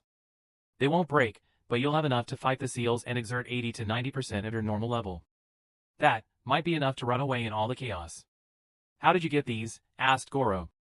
Let's just say that shinobi tend to look down at what civilians are capable of, said Kaito. He looked at them and asked, are all of you in? They all held some level of skepticism until he took out the soldier pills. That one small but crucial resource suddenly made the shaky plan achievable. It was a risky plan because once the soldier pill ran its course, they would be weaker than they were now. But if they got their chakra back, they would be capable of much more. All of them were trained in shinobi arts. What about the samurai guard? Asked Rinji. Shimura Bunradeo and his crew were only in charge of the prison camp. Dogai Hirazo and his group of samurai were responsible for the mine's overall security. Even if they managed to give the shinobi a slip, they still had to contend with the samurai. Kiwi will handle it. I told him to gather some people and rush to the civilian housing. The samurai will go after them, fearing that they'll take the civilian workers hostage, Kaito answered. Kiwi? That guy's an idiot. Didn't you have anyone better? Rinji abruptly stopped as a realization dawned on him. He's a sacrificial bait. He isn't supposed to escape, is he? You're truly heartless, Kaito. I like it, I'm in. Me too. Goro replied, the most excited of the bunch. I am gazed at the soldier pills for a moment before nodding. We move at the next shift change. Stick to the plan, and we'll be free by dawn. But if anyone screws up, we're all dead, Kaito warned. Chapter 347, Hirazo's spotlessly clean office was a stark contrast to the gritty labor camp he ran. The large windows that offered a view of the sprawling mines below, which were picturesque even on an average day, showed the problem at hand as the thick dust cloud obscuring the ongoing prison break was yet to clear. As the voice over the handheld radio delivered the shocking news, the silence ballooned in the office as they stared at the dust cloud. It seems you have a problem on your hands, gentlemen. Takuma's words popped the silence, and the two leaders immediately bared their fangs at each other. What the hell was that? Hirazo exclaimed, standing from his chair abruptly. Takuma walked to the window and stared outside. They were at the first mining node, and the dust cloud rose from the seventh node, which was the location of the prison labor camp. They would need to travel to the seventh node to gain any actionable intelligence. This is your mess, Shimura. Clean it up. Now! Bunradeo glared at the samurai. My mess? This is your damn mine. If you hadn't limited the security as a power play and to save a few coins, we wouldn't have this problem. Excuses won't stop those prisoners from escaping. Hirazo sneered. Do your job, or I'll make sure you're the one breaking rocks down there. Bunradeo clenched his fists but didn't respond. He grabbed his radio and barked orders into it. All guards, we have a code black. Prisoners are on the loose. Secure the perimeter and contain the situation. Do not let them reach the outer boundary of the seventh node. The door to the office swung open as Hirazo's secretary rushed in. I know already. Hirazo stopped him before he could speak. Look at this mess. If even one prisoner escapes, it will be your head that goes flying. Then maybe you should stop whining and help me fix this. We're short-staffed, and this is definitely an organized setup. As Bunradeo bolted out of the room, he all but screamed at Hirazo. Mobilize your men. Regardless of whatever you think, this will also fall on your head if the prisoners escape or, worse, reach the civilians. Hirazo's face paled when he heard the possibility of the prisoners reaching the civilians. The operations of the seventh node being disrupted was already bad enough, but if the problem spread to the other nodes, he would all but lose his position as the emissary, and that would be nothing compared to what would be waiting for him when he returned to the capital city. Call the captain. I want him to secure the nodes neighboring the seventh. Hirazo yelled at his secretary but showed no signs of suiting up to help with the situation. Takuma decided to follow after Bunradeo, but not before leaving some words. I will extend my help here, so as you said, scratch my back because I'm going to do that and more for you right now. I hope you survive this, emissary. He didn't wait for Hirazo's response, nor did he look at his expression, but he could guess what was going through the man's mind. Straight-faced. Takuma quickly caught up with Bunradeo, who sprinted to the seventh mining node while throwing in body flicker jutsu every chance he got to hurry the process along. He didn't disturb the warden as the man was likely communicating with multiple of his subordinates simultaneously over the radio. As they ran through the rocky terrain, Takuma felt faint tremors underground. He gazed at Bunradeo, who didn't seem to notice them. Takuma had become sensitive to seismic vibrations due to one of his jutsu, so he waited until they crossed the outer boundary of the seventh node to weave hand seals and dig one of his feet into the ground while running to push a wave of earth-natured chakra into the terrain. Earth Release, Earth Tremor Sense Jutsu. The ninjutsu was made to locate people, but he could also roughly sense the earth itself, which wasn't very useful when the terrain was flat, but he could sometimes locate a cave inside a forest.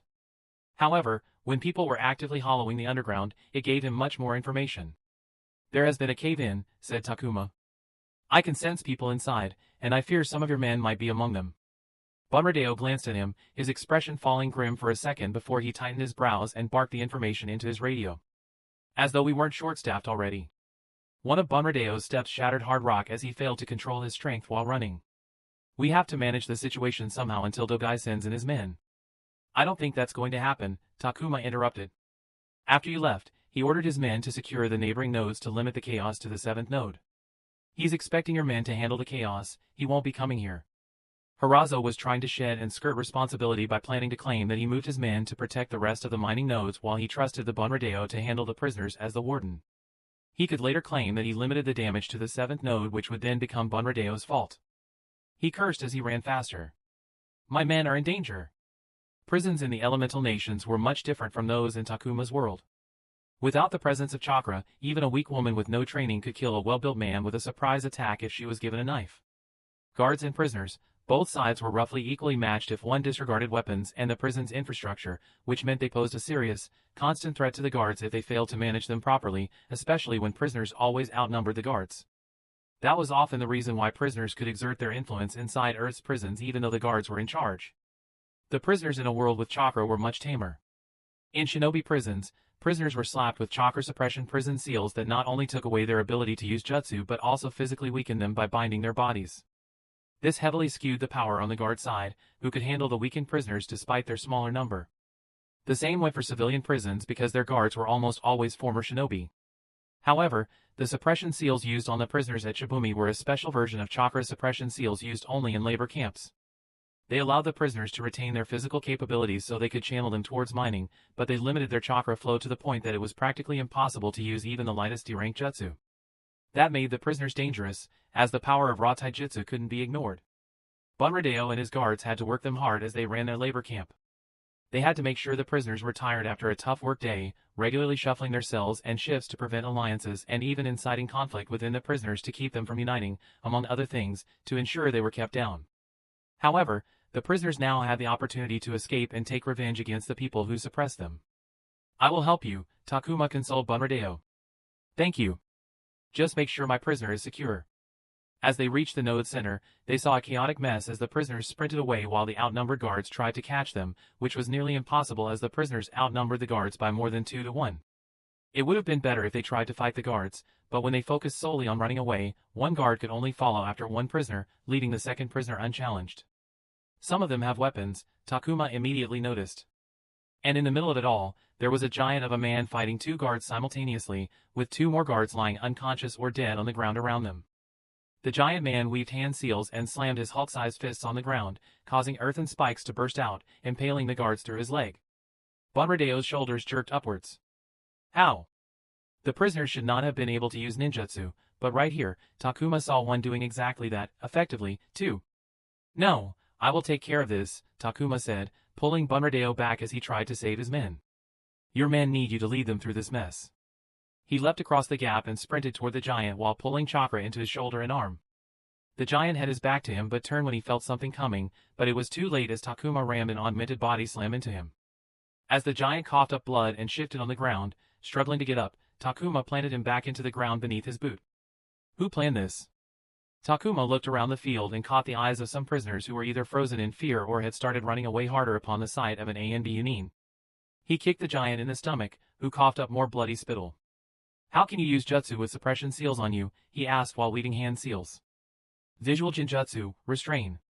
3 prisoners who were within range and locked eyes with Takuma felt their bodies seize up, causing them to stumble and fall.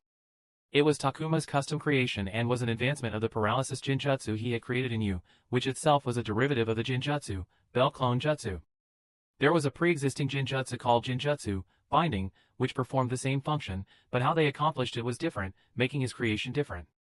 Takuma pulled the giant off the ground from his hair and smashed his fist into his face to get him to stop groaning. I won't ask again, who else is with you? Kill me, the giant chuckled maniacally and spit on Takuma's mask. Takuma put some chakra into his fist and then struck his chest. The giant howled as pain assaulted him. The side of his chest was already turning purple where Takuma had body slammed him. Don't worry, you're definitely going to die for this. The question is whether you want to go quickly or painfully. I'll volunteer at least a week to entertain you round the clock before you get to rest forever. So, I'll only ask one more time, who planned this? Finally, the giant looked scared. Straight-faced. Ayam could hear her heart drumming in her ears as she rushed to the rendezvous point. She felt better than she had in the 2 years she had spent at the labor camp, and the chakra boosted by the soldier pill flooded through her body with enough force to fight against the suppression seals.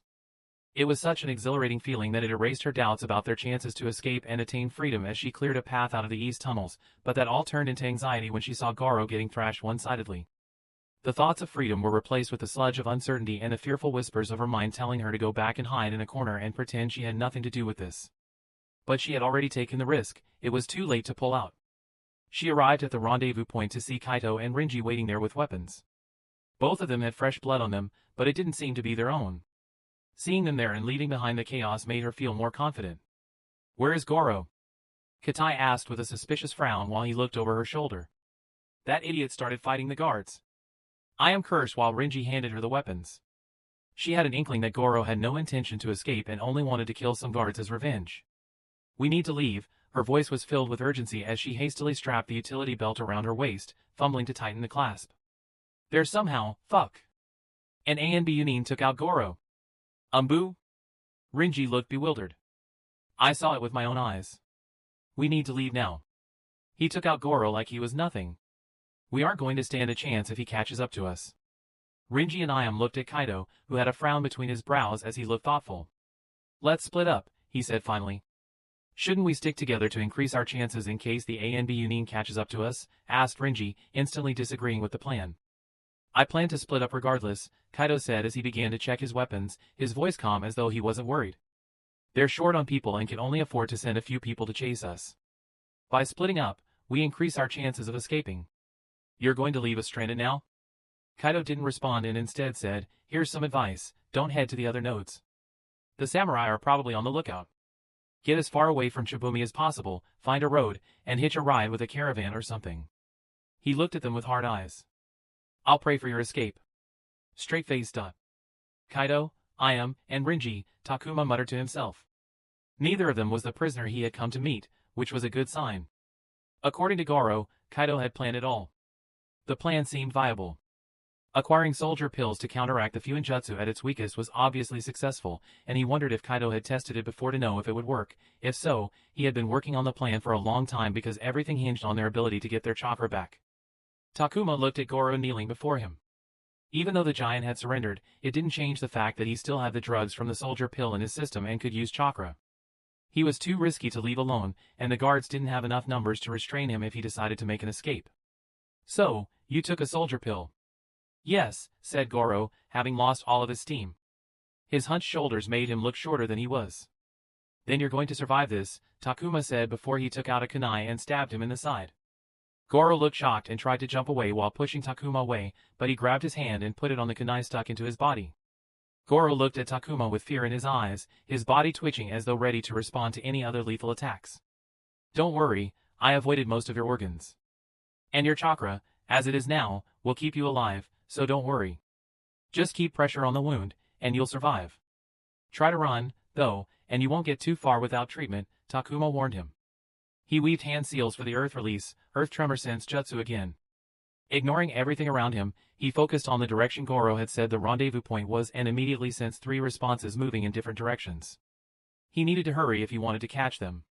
Don't do anything stupid, Takuma told Goro before vanishing using the body flicker jutsu. Soon, he was standing somewhere near the rendezvous point. It was away from the chaos and was smartly located away from any nearby neighboring mining nodes, which would mean they would avoid running into any samurai. When he tried to track again, he sensed only 2 of the 3 responses he had felt before. He looked at the woods nearby and guessed that one of the escapees was traveling on trees, leaving the jutsu able to track them.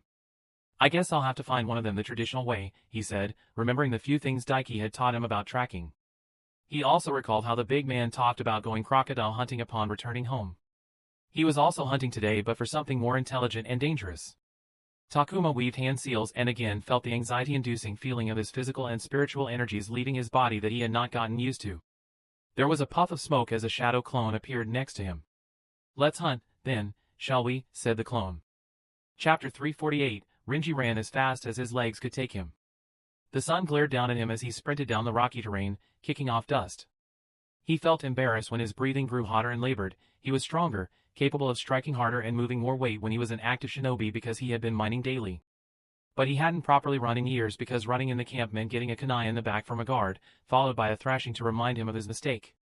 He couldn't stop.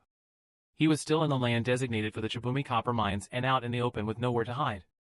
As long as he got out of Chibumi, he would be safe. The guards wouldn't chase after him outside because they wouldn't want to be too far from the 7th node in case something went wrong. Just a little more, he told himself. Renji felt something and turned around to check if someone was following him. To his surprise, he saw a smidge on the horizon in the distance. A guard? He picked up speed. He guessed he was only a few minutes until he exited Chibumi, and as long as he could run away a little more after that, he would have a legitimate chance at freedom. The Hidden Leaf would issue a wanted notice against him, but as long as he stayed low and avoided mistakes, the Land of Fire was big enough for a single person to get lost in. He turned back, and his heart skipped a beat when the guard was so much closer, close enough to let him see that the figure wasn't a guard and wore a mask. No, why did he come after me? Renji felt flustered as he saw the ANB Union Iam had alerted them about. The road before him suddenly seemed much longer than he thought previously. He used the body flicker jutsu to boost himself forward, but when he looked back, the ANB Union had cut the distance further. Shit! He had a decision to make, continue running or face the ANB Union. Part of him wanted to keep running, hoping the masked killer would give up, but for the looks of it, he would get caught, and then he would have to fight regardless. But Renji continued to run. He wanted his hope to be true, even though another part knew it to be unfeasible. He dug his feet into the ground and turned around to face the ANB Union, who disappeared only to appear closer by using another burst of the body flicker jutsu. The masked shinobi was now close enough to be in the range of a long-range ninjutsu. Renji weaved the hand seals for his strongest C-rank ninjutsu. Wind Release, Peacock's Fury. The jutsu created wind blades in the shape of a peacock's feather. While weaker individually, they gained a furious destructive power when nearly 100 blades were barraged on the target. But as he was about to weave the last hand seals, something faster than his eyes could track tore through his arm, bringing about a hell of pain as it grazed the bone. His focus immediately shattered, and before he could take count of what had happened, another attack went straight through his thigh. Renji screamed in pain as panic overrun his mind. The arm wound was bad, but it wouldn't have been a big problem, but an injured leg hindered his ability to run and thus plummeted his chances of escaping. No, please, no, he cried as he turned around to run. His opposite leg went next, and he couldn't even hobble, leaving him no choice but to crawl toward the unending horizon with his hands clawing the unforgiving earth. He blamed the gods for it all. Why did an ANB Union have to be at the mines the day they decided to escape, and why did he have to come after him? Renji crashed face first on the ground. He felt the boot on his back, and before he could even beg or say anything, he was flipped over to face an onslaught of punches to his face. He wasn't even allowed to raise his hands to guard himself as they were smacked aside until he was wearing his own blood. His last thoughts before he lost consciousness as he stared at the rigid animal mask that betrayed no emotion was to wonder what he was going to do when he woke up the next time because he would be dying soon after. The ANB Union stared down at Renji before grabbing a leg and dragging him back toward the 7th node through the rocky terrain. Straight-faced. Iam had been running along the edge of the woods near the mining complex. Her destination was a trade route nearby. She was to travel east along the road to reach a town in half a day's time. Cutting straight through the forest would have made for a shorter route, and the canopy would have provided her with cover. She chose not to go through the forest because, despite the shorter route, it took longer to complete as the woods made for difficult terrain. And she didn't have the liberty to be slow. She couldn't camp out in the forest until sunset and continue under the cover of the dark because 2/3 of Shimura's guards were Earth release users to handle problems in unstable locations like underground mines, and some of them were also great trackers who used ground-based tracking ninjutsu. She had to be on the road by the time the sun was ready to set. Sticking close to the forest was a precaution in case someone caught up to her, and she needed to hide. And it seemed the right choice because she sensed someone hot on her tail. She leapt into the trees and camouflaged herself in the leaves while keeping her eyes outside, waiting to see which one of the guards had chased her. She recognized the entire crew of guards, so if she knew who was following her, she could devise a plan to outwit them. As long as it was not Shimura himself or the other Chunin among the guards, she could even kill them. However, the person who appeared was not even among her options because she refused to consider the worst-case scenario. The ANB Yunin she had seen dismantling Goro stopped where she had been a few minutes before and looked around. His mask concealed what he was thinking, and the cloak covering his body kept any clues about him in the shadows. Ayam didn't dare move a muscle, fearing that even the inaudible creak of the thick tree branch she stood up would attract his attention. She was even scared to breathe freely and took consciously slow and long breaths as she leaned against the trunk to hide herself as much as possible. He weaved hand seals before resting his palms against the ground. She instantly recognized it to be an earth-based tracking ninjutsu, which she feared from the tracking guards. It's okay, she told herself as sweat uncomfortably trickled down her cheek as she felt her hot breath against her face. She was on a tree, any earth-based tracking jutsu couldn't track her. As long as she remained above ground, he wouldn't be able to track her. The ANB Yunin stood up, turned toward the forest, and slowly walked inside. Ayam's heart lurched as her chaotic mind screamed that she had been discovered. She felt dizzy. Her instincts told her to run away, but her dwindling reasoning said that ambushing represented her best chance of survival. Courage flooded her body as fight won over flight. She looked down at the ANB Yunin. There was a man underneath that terrifying mask and cloak. She wasn't facing an invincible being but a shinobi who could be killed like any other.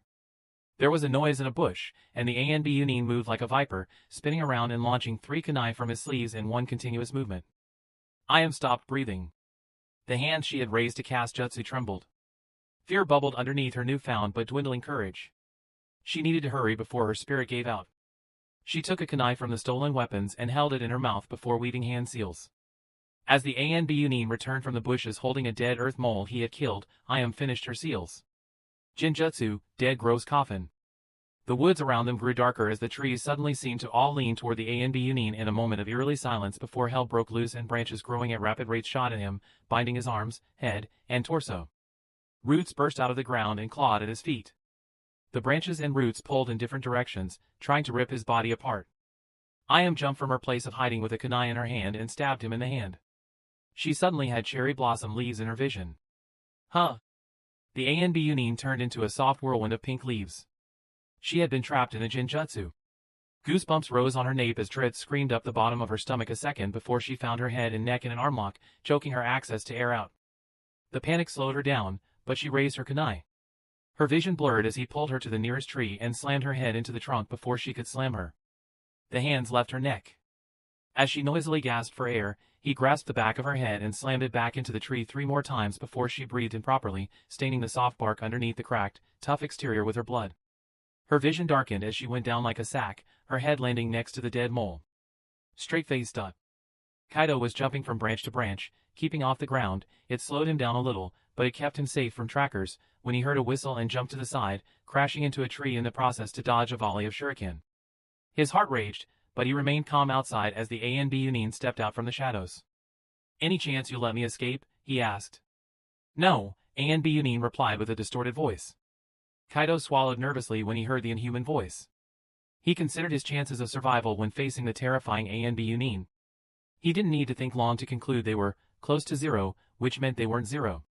Unlike his co-conspirators, who were only brought on at the last moment, he had been planning this for a long time. He took out a stolen sword. The feel of the hilt and balance of the blade felt foreign in his hand after only knowing the feel of mining tools. But he felt the familiarity return after a single swing. It wasn't the length or weight he preferred, but it felt more freeing than ever. Even though he couldn't see the eyes behind the mask, Kaido sensed that the ANB Yunin was gazing at his sword. He moved his cloak aside and pulled out his sword of its sheath.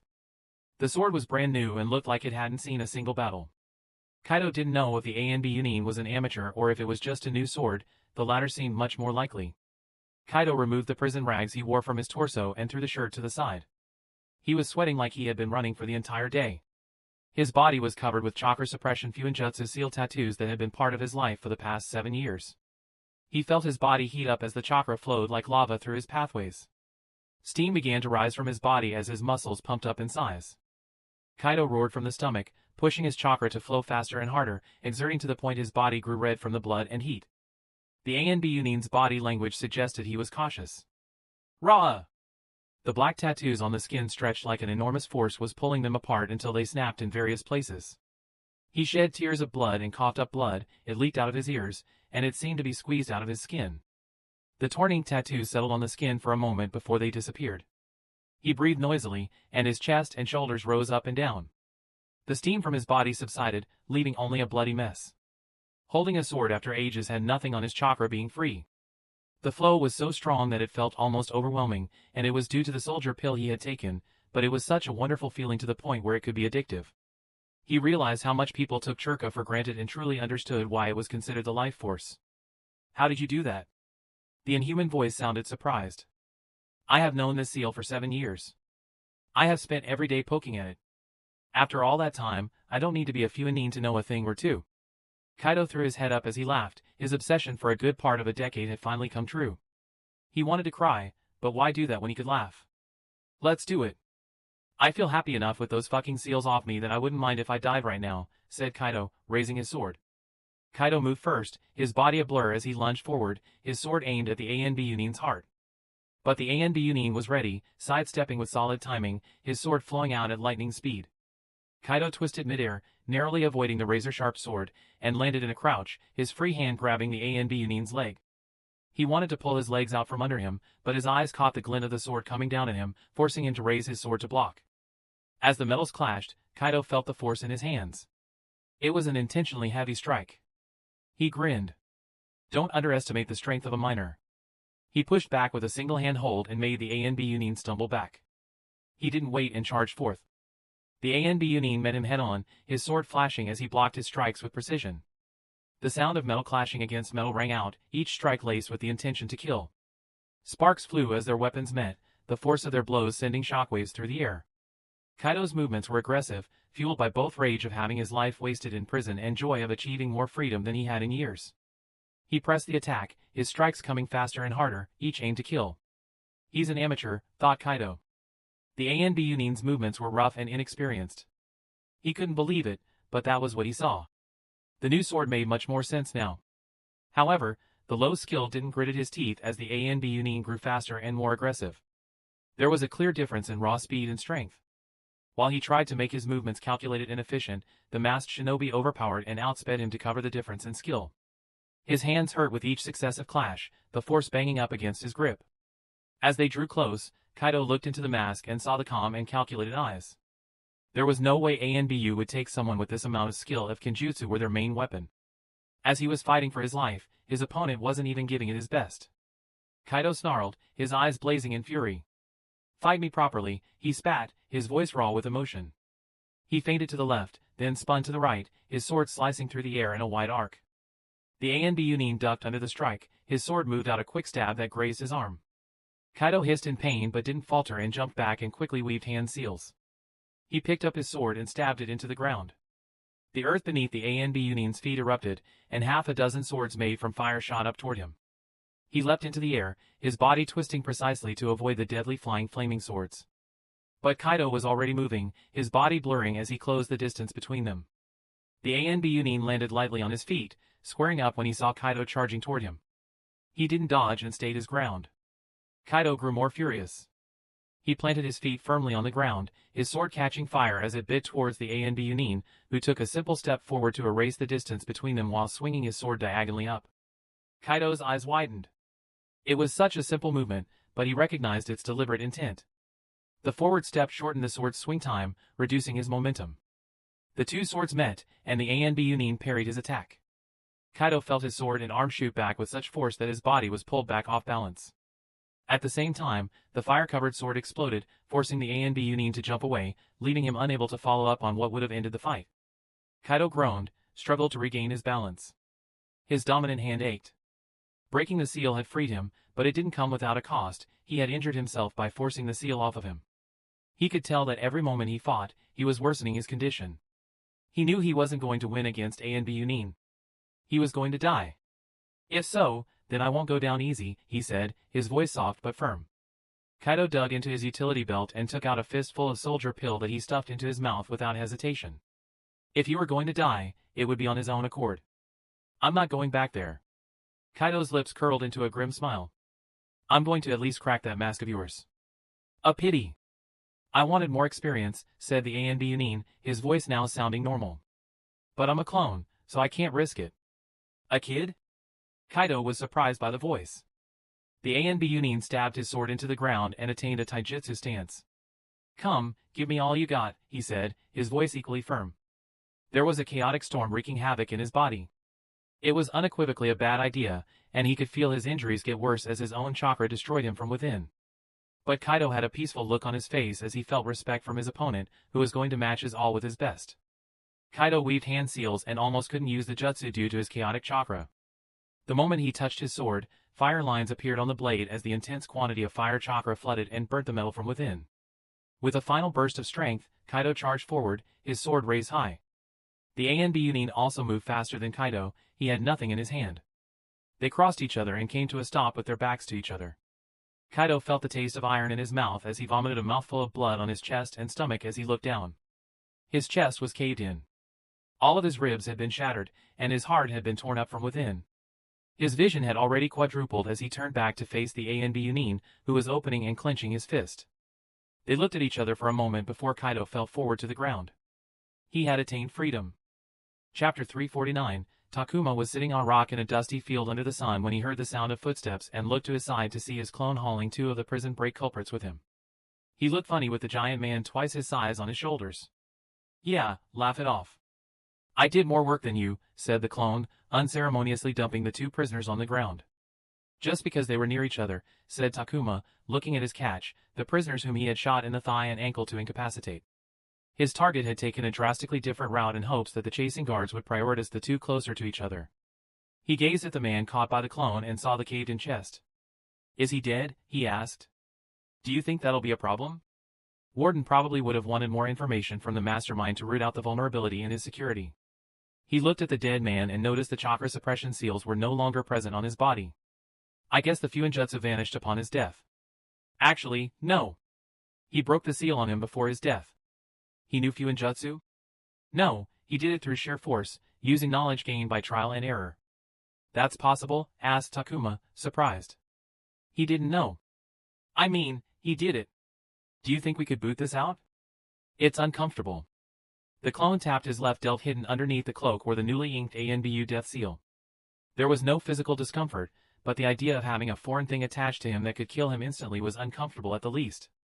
The only confidence-inducing trait of the death seal was that it was closed to outside interference. The seal was designed in a way that it could only be triggered by the operatives themselves, bound to their chakra. But he could already see a vulnerability in that system. While he wasn't sure because he hadn't asked around if ANBU had planned for edge cases in his mind, a Yamanaka with their mind-body manipulation jutsu could trigger the seal by taking control, and he worked with one with an office right next to him. He wasn't sure about the Nara clan's shadow manipulation jutsu, but he assumed they could fuck over operatives as well. It was a scary reality where he was walking around with a self-destruct button. "I'm not sure. The ANBU death seal should be much more complex and secure to prevent tampering," said Takuma, feeling a phantom heat in his left delt. "And I also don't want to mess around with it. People have borked their computers by messing with the code, and in this case, our body is the hardware, don't want to bork that because we won't be able to fix it if things go wrong." There was a moment of grim silence between the two before Takuma stood up. "Let's go meet our trash mailer." Straight-faced. Takuma wondered if he should have been selfish as he stood in a corridor of the 7th Mining Node's medical building, gazing at the room's closed door where the node's only Irionin worked on the prisoners who had gotten injured due to the mine collapse. One of the several injured people was the prisoner Takuma had come to visit. Yuyejida Gekken. According to his file, Gekken worked at the Mizuru quarters before he was sentenced to 10 years of hard labor. His background made his trash mail viable and supported the anonymous trash mail with the same claim. The door to the room opened, and the Irionin with a haste in his demeanor stepped out, surely wanting to move on to see more injured people, but stopped when he saw the masked and cloaked figure of the Takuma dressed in his full ANBU garb. "How is Yuyejida Gekken, doctor?" asked Takuma with a modulated voice. The Irionin looked tired and a smidge pale from having used a considerable amount of his chakra dealing with a great deal of injuries. He shook his head at Takuma's question. "His condition is not good," answered the Irionin. "I did all I could for him with my skill, but the collapse hit him in all the worst parts. It would have been better if a regular hospital team had been working on him, but here." He paused with pursed lips. "His survival now solely depends on him." "Is he awake?" "No, I've put him under." Takuma nodded, and the Irionin briskly walked to wherever he was needed next. Takuma clenched his fist within his robes. If he knew this was going to happen, he would have gone to retrieve Gekken instead of chasing after the runaway prisoners. With his only lead dying, he was at a loss at what to do. He hoped to find something substantial because only then would his work bear fruit, or the last 2 weeks would have been a waste. He stepped up to the room and ignored the 2 guards standing watch. They didn't look happy to be there and didn't stop him from coming close. He peeked in through the half-open door at Gekken, who was one of the two people in the room who was hooked up to the limited machinery, indicating the seriousness of his injuries. There was a choice to be made. Straight-faced. A few hours later, the chaos subsided for the moment, and exhaustion took its place. Half of the guards were gathered in the 7th Node's mess hall, while the remaining half watched over the prisoners. The mood in the 7th Node was taut like a high-strung wire with an edge of anger that didn't bode well for the prisoners, who were guaranteed to have no good days ahead of them for the foreseeable future. Shimura Bunradeo didn't eat with his men at the mess hall. No one wanted to be in their superior's presence while they relaxed at their meals, and he didn't enjoy the mess food and had the cooks prepare his meals separately. But today, he sat in the mess hall to share a meal with his men to boost morale. They had lost 3 men, 1 to the mine collapse and 2 to the prisoners, and another was in bad condition. Bunradeo desperately wanted a smoke. Even though he was hungry, half of his food remained on his plate because he wanted to delay his meeting with Dogai Harazo. He already knew what would happen in the meeting and didn't have the will to argue with the emissary after all that had happened today. He wanted to skip the meeting and go to bed. But that wasn't an option.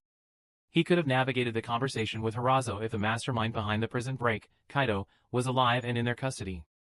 The ANB Union had captured and brought all the perpetrators back, but Kaido only returned as a dead body. The death didn't bother him personally, but professionally, he needed Kaido. He wanted to know which civilian employee had given him the soldier pills.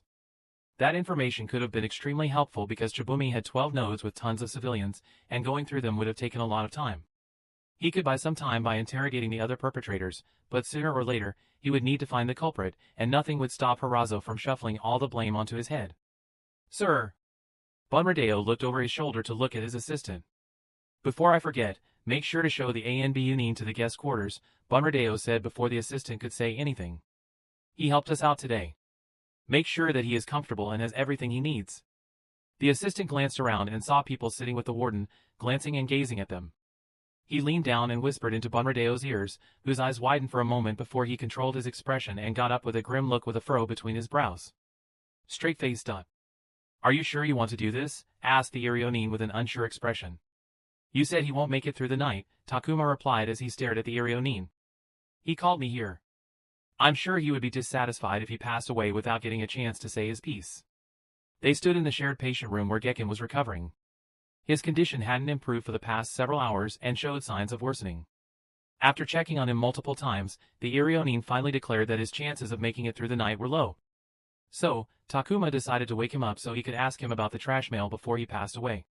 He turned around to face a bald monk, dressed in a simple orange attire, who lived at the Chibumi mines to meet the religious needs of the mine workers, including the prisoners. I hope you understand the importance of this, venerable sir, Takuma said respectfully. When Gekken woke up, he would first talk to the Irionin and the monk, who would explain his situation before introducing Takuma to join the conversation. He felt guilty of using a monk for his gain, but he feared that Gekken would shut down if he talked to him directly. The monk could soften him up and make him come to terms with his situation, increasing his chances to open up. The monk silently nodded. Takuma looked at the uncomfortable Irionin before stepping to a corner of the room where Gekken couldn't see him. He listened as Gekken woke up and started crying when the Irionin told him that he didn't have long to live, which was when the monk stepped in and warmly spoke to him, guiding him through his emotions, even helping him to come to terms with his actions, helping him ask forgiveness for his ill deeds, and doing everything one would expect. Takuma worried about how long it was taking because Gekken's ability to speak was going down very quickly. He feared that he wouldn't be able to speak, but he didn't have a way to rush things, so he waited until he was finally introduced. The green curtains around the bed moved, and he stepped to the bedside where Gekken lay, silently heaving. Gekken was on painkillers that relieved him of the pain he should have been feeling because of his injuries. It's unfortunate we have to meet this way, Jinin Gekken, said Takuma, treating Gekken as though he was still a Leaf Jinin and not a prisoner. We received the letter you sent our way, and I believe you were telling the truth, so I came here to listen to your story. Gekken was dying. Any previous thoughts of negotiating a deal were no longer an option, so as long as Takuma treated him with respect, he didn't expect any resistance. His approach seemed to work. Gekken called him to lean over, as he was no longer able to speak above a bare whisper. He leaned in and carefully listened to the words uttered slowly with much labor. 2nd Division, 3rd Squad? Takuma repeated his words. Gekken nodded. He wanted to ask more, but Gekken turned to the monk, no longer interested in talking to him. Please leave now, said the Irionin sternly. Takuma gazed at Gekken for a moment before looking at Irionin and nodding. Thank you for your help, doctor, he said as he stepped away. The Irionin didn't appreciate his thanks, but he didn't mind and wanted to move to a corner and listen to Gekken's words in case he said something relevant, but the room's door opened to reveal Bunradeo looking unhappy, his displeasure clearly focused on Takuma. "We should talk, Yunin." They stepped out of the room and walked to the end of the hallway. Bunradeo had come with his assistant and his 2 lieutenants. "You didn't have the authority to wake Gekken like that. You killed him. He was going to die regardless." "I got some information out of him this way," Takuma replied calmly, his mind still focused on Gekken's words. "That's not your call to make. I'm the warden, you should have come to me and not do it without permission," said Bunradeo, aggressively stabbing his finger at him. Takuma stopped contemplating for a moment and looked at the fuming Bunradeo. "And yet the Irionin woke him up without your permission," he said. "What?" "Your people were guarding the room, they heard the entire thing, and not once did they try to stop me."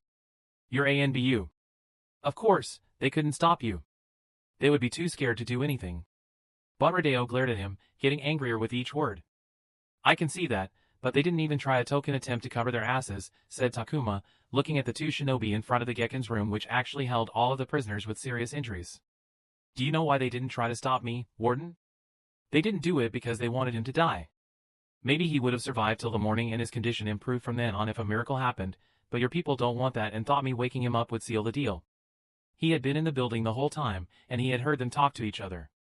They didn't know who was behind the prison break, so they blamed all the prisoners, knowing it wouldn't have made a difference. Their fellow guards had died today, they were angry. Takuma continued, "I think the only reason they didn't do anything was because I was there the whole time. As you said, they were scared of getting into trouble with me." Bunradeo looked stunned. "And you don't care about his death. I can tell. You're angry at me because Kaido died," said Takuma. Bunradeo's face twitched because he had hit a nerve. "I'm going to help you once more, Warden. Use my name. Send a message that if the person behind the soldier pills comes forward on their own, you won't involve ANBU, but if they don't turn themselves in by the end of tomorrow, I'll get involved, and they won't like what will happen when, not if, when I catch them." The next day, Bunradeo spread the message as Takuma advised him. It took 4 hours before someone turned themselves in. Chapter 350, I should have gone through the trash mail as well. "Maybe I'd have a case of my own," Amami said as she sat in Karakar's office, balancing her chair on its hind legs while she tossed a shuriken toward the ceiling just low enough that they wouldn't make contact, only if barely. Takuma had returned from Shibumi Copper Mines and stayed for 2 days before leaving for the Mizuru quarters, one of the least largest military installations. Amami had joined half a month before him and was still mentoring under Karakara, which wouldn't change at least for a couple more months. She had no problem with that and was more than happy to learn, but seeing her peer going off his own. "You shouldn't be into him," said Karakara, her eyes browsing over an intel report relating to one of her many ongoing cases. "Radel neither has a lot of freedom nor time. Campbell will close the case if he doesn't find something important, tangible, on this trip." The problem was that the result from his trip to Chibumi was dubious at best. He had returned with a few words from a dying man, and they didn't hold much weight because they barely said anything and were backed by nothing. Campbell only approved because Takuma had somehow managed to connect those words to the Mizuru quarters and convince Campbell to have him go take a look. "Did you hear what the other squad said about his case?" asked Karakara. "That was bullshit," Amami replied immediately. "They were just trying to cause trouble for our squad." Everyone shared a common eating hall in the Ironwood Protection Company office, making the 3 squads often mingle during tea breaks and meals. Case details were supposed to be kept confidential and secret to prevent leaks. They were regularly shared within the squad to gain advice and insight, but what and who they wanted to share the details with beyond that was in the operative in charge's purview. What and who they wanted to share beyond that. Some minor details, when interesting, managed to make their way through the office as gossip. The trash mail case had quickly become the week's gossip topic, and someone suggested that Takuma had made up the dying words to continue investigating the case so he could find another problem, a real one, because it sounded absurd that a green rookie would find a case in the trash mail when he hadn't even been working for a month. Let's hope so, because it's not unheard of. It's not the same, but imagine an operative who thinks she has stumbled onto something big and shares it with her boss, who assigns her additional resources. She chases it for a while for it to turn out to be nothing, but things have proceeded to the stage where going to their boss and saying that it was all for nothing is difficult. "But he's not doing any of that," said Amami. While the time they had spent together wasn't long, and by no means did she claim to know him well, having worked together with him, she was quite confident he wasn't the type to lie like that. "I know. The problem is that those words created an impact the moment they were uttered. No one will think that about him if he returns with either nothing or something really good. Anything in between, however, isn't going to work," said Karakara. Amami looked out the office, across the hall, at the locked door of Takuma's office. You don't have the time to worry about him. We just got an urgent, high-priority mission. Get ready to leave tomorrow early in the morning, said Karakara, making Amami sigh. She didn't mind travel, but this mission would make it the third time this month that she'd left the village. Straight-faced. The Mizuru quarters, the Leaf military installation, loomed in the distance, a sprawling complex of fortified walls, watchtowers, and barracks. The area was once a dense forest but had been strategically cleared so that the view from the installation wouldn't be obstructed in case of an attack. The facility was a critical hub for the Leaf's border defense on the land of Windside, as well as housing and training shinobi, while also serving as one of the largest supply stations on this side of the nation. To Takuma, it was both a fortress and a puzzle, one he needed to solve without raising suspicion, which wouldn't be possible if he rocked in fully dressed in his ANBU gear. Anything remotely out of line would be buried the moment he stepped through the gates. He needed to go undercover.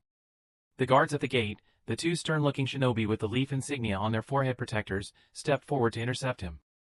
The taller guard between them had cauliflower ears. He held his hands to stop him. Halt! State your business, the guard said, his voice firm but not hostile, eyeing Takuma, who was also dressed in standard Leaf gear. Takuma reached into his pouch and produced a scroll with an official seal. Chunin Hoshino Araki, here for a routine inspection, he said, his tone calm and authoritative. Hoshino Araki was a constructed cover identity with an actual footprint in the hidden Leaf's records to give it legitimacy in case someone looked into Araki. The ANBU created and cultivated it for field usage.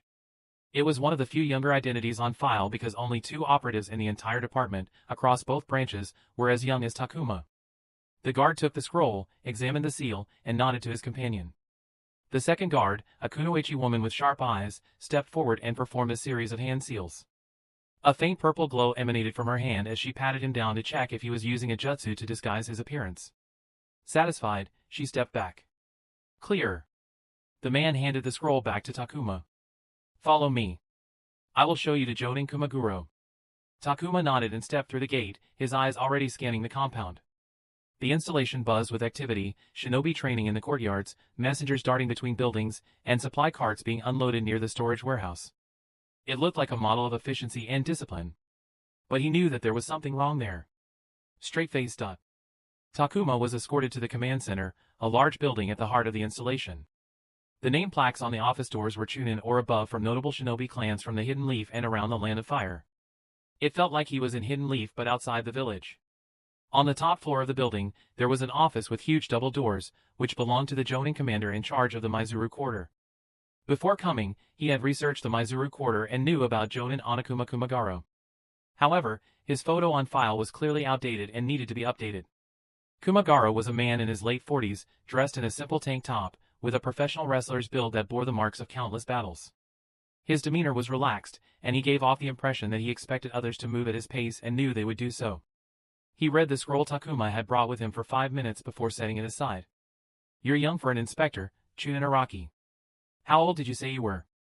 Kumagoro looked at him with his one good eye. His other eye was a bluish-gray glass eye that stood out against his normal black iris as though he wanted everyone to know he had a glass eye. I didn't say, Takuma replied politely, but he stood his ground to show that Kumagoro couldn't push him around because he was younger or of a lower rank. It was essential for him to. Onakuma, he thought. In his mind, the clan name was attached to a particular memory. On his first visit to the Land of Frost for his first outstation C-rank mission, one of his teammates was an Onakuma girl. She had died, and he still thought about her and others from time to time when he didn't have other things on his mind. The Onakuma clan was a minor clan with a hidden jutsu described as a possession-type summoning jutsu that allowed them to mutate their bodies into beast-like forms, which granted them enhanced physiques. The jutsu came with its downside as it could prove to be mentally unstable at times as it could cause the user to assume a more bestial form, which affected emotions and intelligence, resulting in losing control of the jutsu. Kumagoro raised a brow but didn't continue the line of questioning. I wasn't made aware that you'd be arriving. We want a candid look at the operations here. We often find that when we arrive after informing, we aren't able to get a complete view, Takuma replied with the prepared answer. Very well, he said after a moment. I'll have my adjutant show you around. Is there anything specific you'll be inspecting?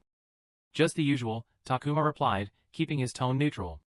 Personal records, supply logs, expenditure accounts, training schedule.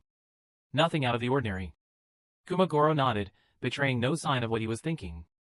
But Takuma could sense that he wasn't happy by his presence, which wasn't a surprise because no one liked outside inspectors. He didn't like them when he was running the narcotics task force because they hindered his work and lowered productivity, and well, he had ample things he wanted to hide. Understood. I'll ensure you have full access to whatever you need. Straight-faced. Takuma toured the installation with Kumagoro's adjutant, a young and overly eager Chunin named Shin. Like his first impression, the installation seemed to be well managed. It was clean and beautifully maintained, the people were happy and morale seemed high, and the warehouses with supplies were properly maintained.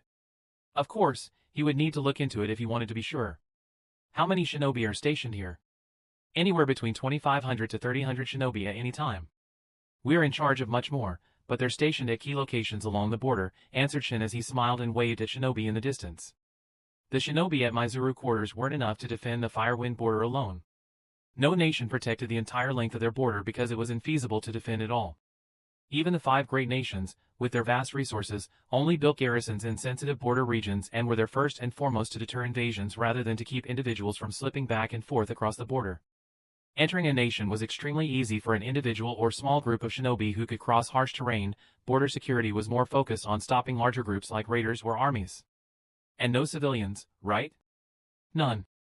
Everything in Mizuru is handled by shinobi. How do you like working here, Chunin-shin? Takuma asked as they walked to the space he would be working from. Oh, it's great!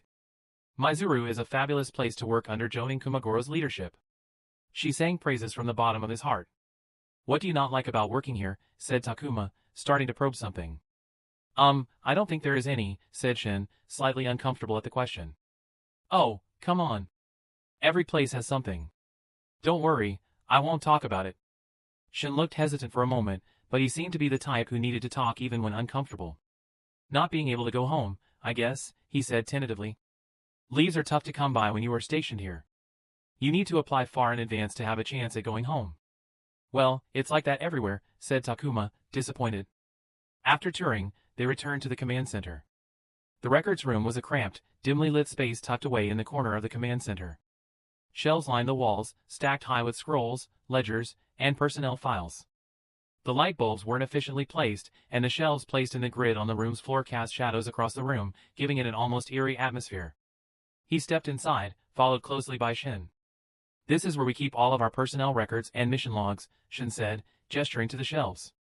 For other records, we will need to go to other archives, all of them are in the command center here. Your office is just across the hall from this one. Where do you want to start? I will start here. Great! If you need anything, just let me know. Takuma scanned the room and knew he would be spending a lot of time among these records for the next week, by which time he would need to find something substantial unless he wanted to be recalled home and have this case shut. Chapter 351, the next day, Takuma began his work in earnest. He was left alone with access to the record rooms, which was both a blessing and a curse because while he could work without someone keeping an eye on him, he also had no help if he wanted assistance. At first, he thought that if he asked for records, they would bring what he asked for while hiding things they didn't want him to see and that he would then have to cause a ruckus to get what he wanted.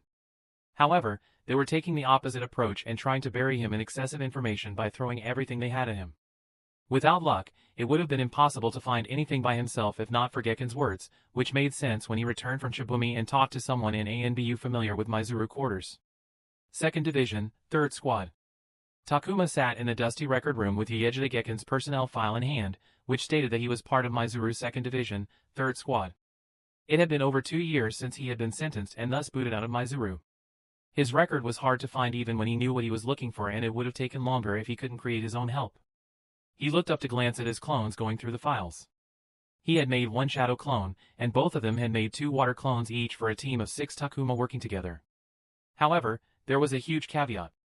The water clones didn't leave behind any memories, so he and the shadow clones periodically took reports on everything water clones even if it was deemed useless, so they would have some idea of what they had read. It wasn't perfect because they didn't know what exactly was important and most of it would be lost by the end of the day, but it was his only choice if he wanted to increase productivity. He and his shadow clone, if they didn't make water clones, both had barely enough chakra for a minimum viable shadow clone from both, but it wasn't feasible because they would have less than 20% of his maximum chakra with each, while not life-threatening, having his chakra that low made him lethargic. It would have been fine if he was in a battle where his blood was pumping and adrenaline was coursing through his body, but outside of combat, his body would suffer the consequences. That was a worse outcome than having 1 shadow and 4 water clones. Was he trying to say that the 2nd Division's 3rd Squad is taking the off-the-book jobs? Asked one of the clones. Does that mean he was part of the assassinations? That seems like the most likely outcome, replied another clone. We can't be sure until we find proof, said the shadow clone. Takuma wanted to say something, but another clone beat him to it. Make sure you aren't trying to find proof to justify his involvement. That narrows your view, you will discard everything that doesn't support your argument. Find proof and see what it says without imposing your bias on it. He sighed as the conversation between his clones traced his line of thought at the same time as it formed in his head. It was so freaky that he didn't think he would ever be able to get used to it. And while 2 heads were better than 1, he didn't think multiple of his heads were exactly a good thing. Gekken suddenly started having problems a year before he was sentenced to the labor camp, Takuma said loud enough for his clones to hear. He was clean before that, but then suddenly got into trouble a couple of times every month until he was arrested. There were several write-ups about his mistakes at work, which led him to get his responsibilities reduced, pay docked, assignment punishments, and switch to the graveyard shift, among other undesirable things that made his experience difficult, to say the least. He was even booted from the 3rd Squad and 2nd Division 1 month before his arrest. Something must have happened just before he started getting into trouble, said a clone. Did you guys find the 3rd Squad's roster? Asked Takuma. I have it here, but it's only the current one. Get the personnel files listed there and gather around. 15 minutes later, they were gathered around a table with the personnel files of those on the 2nd Division's 3rd Squad. The squad was a standard 5-member team with a 6th member as a leader. Out of them, 3 members had been part of the squad when Jinky was there. Look at this. It makes sense that the squad leader is a Chunin, but they have another Chunin who has been there for 3 years. Isn't that weird? Shouldn't he be leading a team by now, said one of the clones, putting a personnel file in the center of the table. Udatane Naruri had been a Chunin for 8 years and was in the position of 3rd Squad's leader for 5 years. The other Chunin was Yubara Janiko, who had been part of the squad since before they were a Chunin and had stayed on the team even after the rank promotion, which stood out as suspicious. If they are a hit squad, having 2 Chunin on the team makes sense. According to Gekken's file, Chunin Naruri, his former squad leader at that time, was the one who caught him. Do we think Gekken was framed for his crimes? No, I don't think so. The evidence was quite foolproof against him. Here's what I'm thinking. Gekken did something they didn't like, so they made his life difficult before transferring to another division, and then he raped a Kunoichi, which gave them the perfect reason to remove him as a problem. Meaning he had something on them? Could be. He probably didn't say anything because it would also get him in trouble, but perhaps 2 years in the labor camp made him try his luck with the trash mail. We still need evidence that they're involved, said Takuma as he stood up to stretch his legs. Okay, let's start with Gekken and the 3 with him, find everything about them. And let's also look into others who were on the roster but are no longer there. There has to be something wrong somewhere, even if it's hidden. The record room door suddenly swung up, and Shin walked in. Chunin Araki? He was stunned into silence when he saw 6 of Takuma all turn to look at him and address him in unison. They then looked at each other before the shadow clone volunteered to represent the group. What is it, Chunin Shin? Shin snapped out of it. Ah! It's lunchtime. I was wondering if you'd like to have your lunch brought to your office, he said as the group of Takuma stared at him. Thank you, but I'll visit the mess hall. I appreciate your hospitality. Would you like me to guide you there? He said, his eyes glancing at the documents on the table. I'll find the way on my own if that's fine with you. That's fine, Shin smiled before leaving. The group waited for a moment before Takuma addressed the clones. Let's obscure our search by asking for unrelated material. The clones nodded in agreement, and everyone returned to work. Straight-faced. Clones, you say, said Kamigoro as he listened to what his adjutant had witnessed. Yes, sir. I noticed 6 in total. He hummed in thought. And what were they looking into? I couldn't tell, sir, but they were in the record room with personnel files. Kamigoro leaned into his office chair as he thought about the inspector in his base.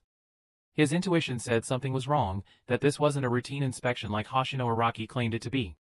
He was a jonin, which brought him substantial influence in the Hidden Leaf Village, so whenever an inspector visited, he was tipped off about it in advance. Not this time. He had no idea that an inspection was coming his way. At first, he was angry that he had not been told about the inspection, so he sent a message demanding an answer. The response he received was formal, curt, and to the point. The inspection was real, and the process would have been unfair if they had informed him beforehand. He had known the person responsible for the inspection for a long time, and their relationship was friendly, so his response felt out of place. His intuition was right, something was wrong.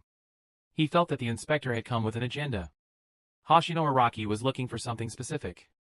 And if his connections back at the village weren't being clear with him, then it had to be something severe. It didn't bode well for him because his time as the commander of Mizuru quarters was coming to an end. As soon as next month, his transfer to Hidden Leaf Village could be announced in preparation for his takeover of the Onokuma clan as its next head.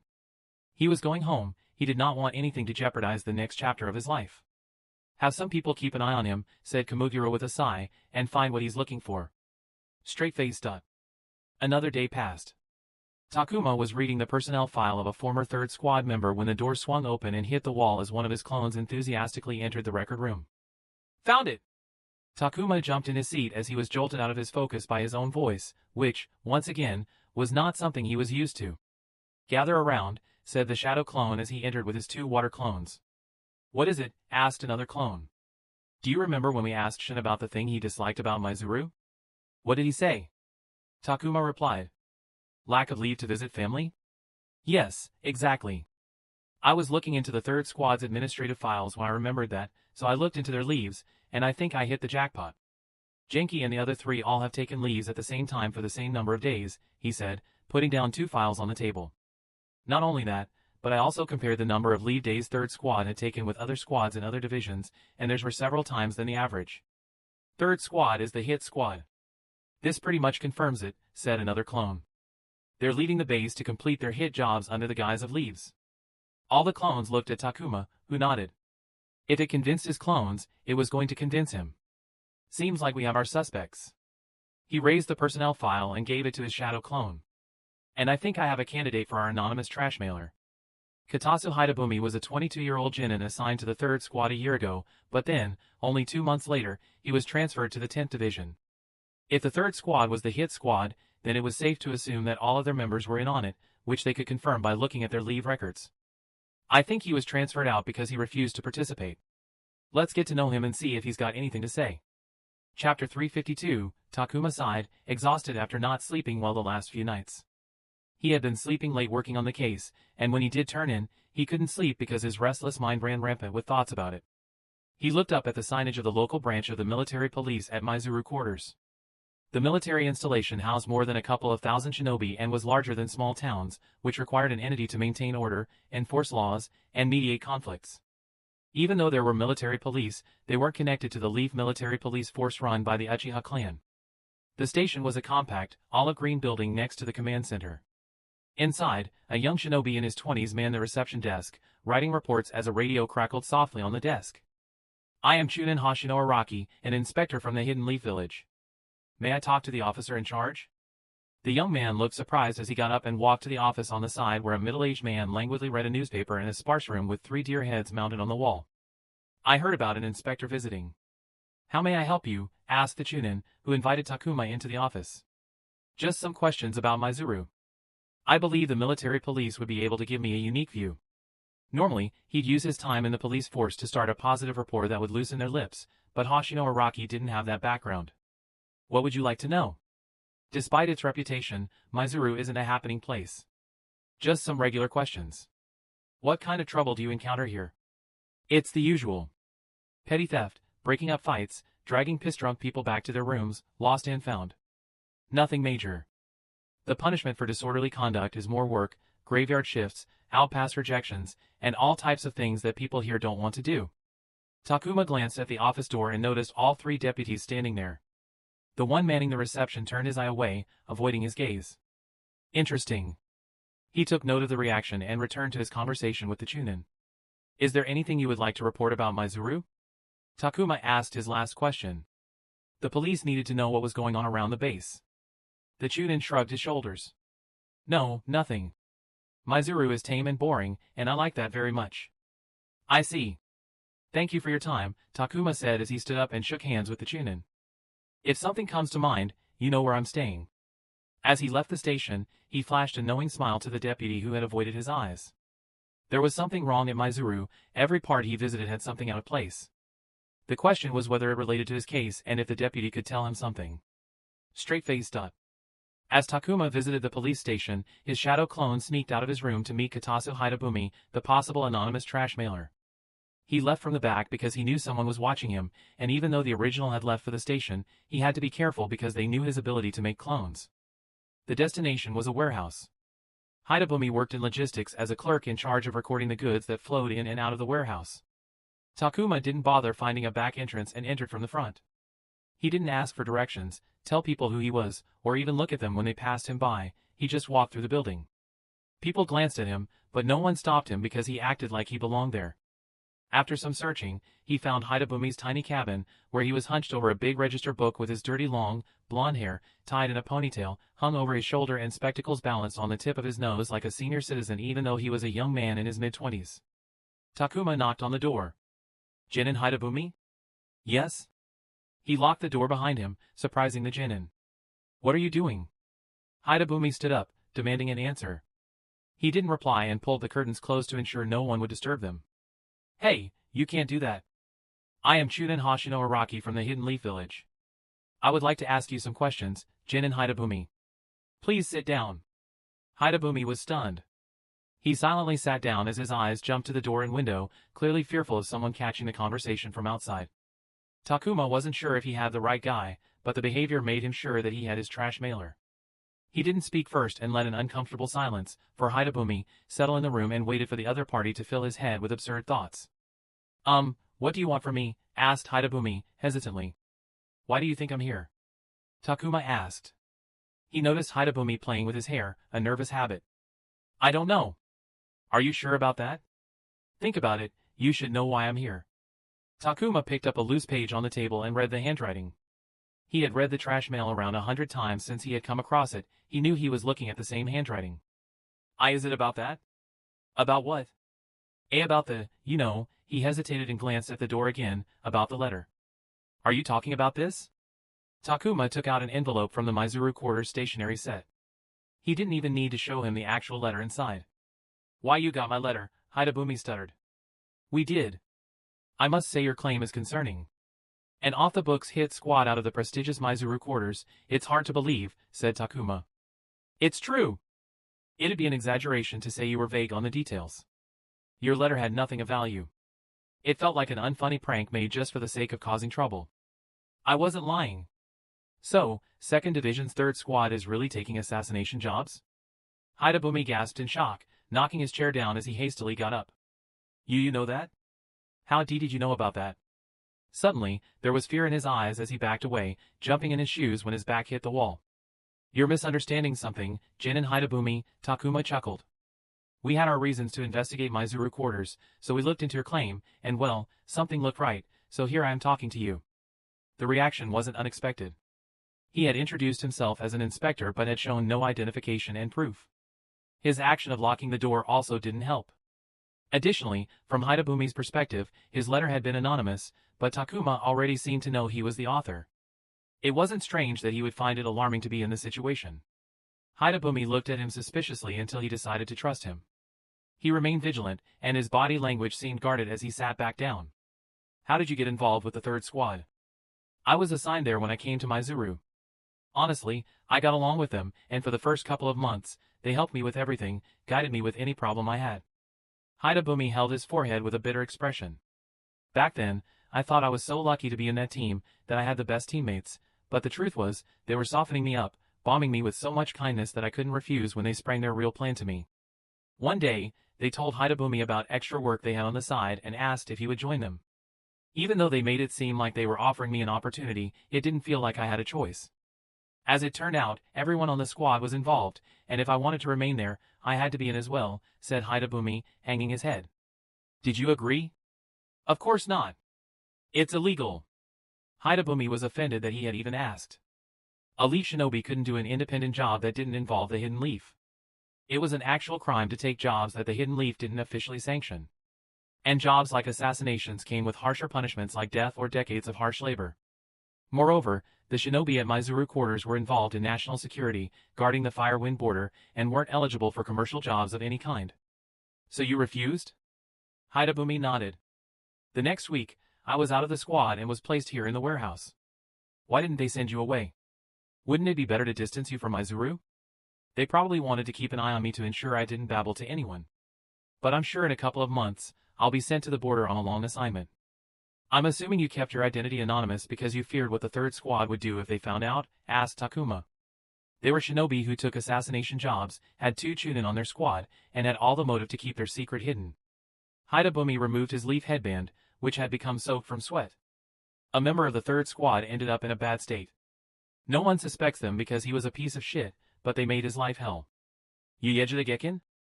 Hidebumi was so surprised that he was speechless, with his mouth slightly ajar. You know about him as well?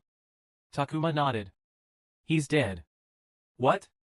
Did they kill him? Hidebumi whispered, his eyes trembling in fear. He died in an unrelated incident, but that doesn't mean you're safe, Takuma added when Hidebumi relaxed and made him stiffen up again. No one can know why I'm here, so we must limit our interactions. I have some questions I want to ask. Is this a good time? Yes, I can spare half an hour. Great. Then tell me everything you know about the 3rd squad. Straight-faced. In one of many gyms in Mizuru, Onokuma Kumagoro stood upside down on the ceiling with a weighted vest strapped to his body as he did hanging crunches as sweat dripped from his body and hair down to the floor. He had his eyes closed as he slowly raised his quivering body. Shin appeared on the ceiling beside him and waited patiently until Kumagoro addressed him. What is it? The inspector went to the police station today. And? They talked about the types of crime at Mizuru. He didn't ask for anything specific and left soon after. Anything else? He wandered around for a while before returning to his office after lunch. Kumagoro stopped doing crunches and let go of the chakra adhesion holding him to the ceiling and fell to the floor with a flip. He removed the training vest he wore during workouts and handed it to Shin, whose eyes almost popped out because of the weight. He groaned as he struggled to hold the vest for a couple of seconds before inevitably dropping it to the side, almost on his feet. Kumagoro sighed as he shook his head. Something doesn't make sense. What doesn't, sir? Why is Hoshino Araki here? Sir, perhaps he's truly just here for a routine inspection. I don't believe that for a second. He had entertained that possibility already and tried to simplify his thinking by assuming he had done something that had displeased his contact back home, but no matter how much he thought, nothing came to mind. He had even contacted his clan to have them investigate, but they also couldn't find anything. What about his clones? He asked.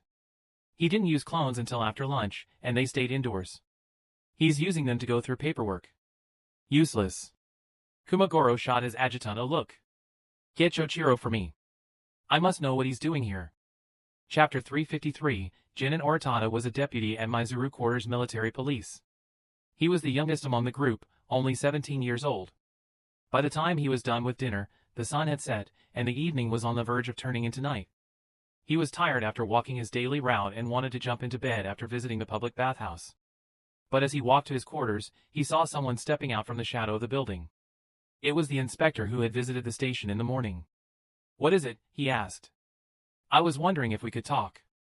You seem to have something to say that your boss wouldn't discuss, said the inspector as he approached him. I don't want to get into trouble, he replied, looking around the road at the few people passing them by. And I have no intention to cause any problem. I just want to talk. The news of our talk won't reach your boss if you'd like to keep this private. Oritada considered the inspector, a boy a few years younger than him, and found him more trustworthy than others who were always older than him. They treated him like he knew nothing and looked down on him just because he was younger than them. Follow me, I know a place. He took him to a building closed after evening, which meant no one would interrupt them. They stood under a lamp with insects buzzing above their heads around the light. So, what do you want to tell me? The inspector asked. There's not much to do here at Mizuru.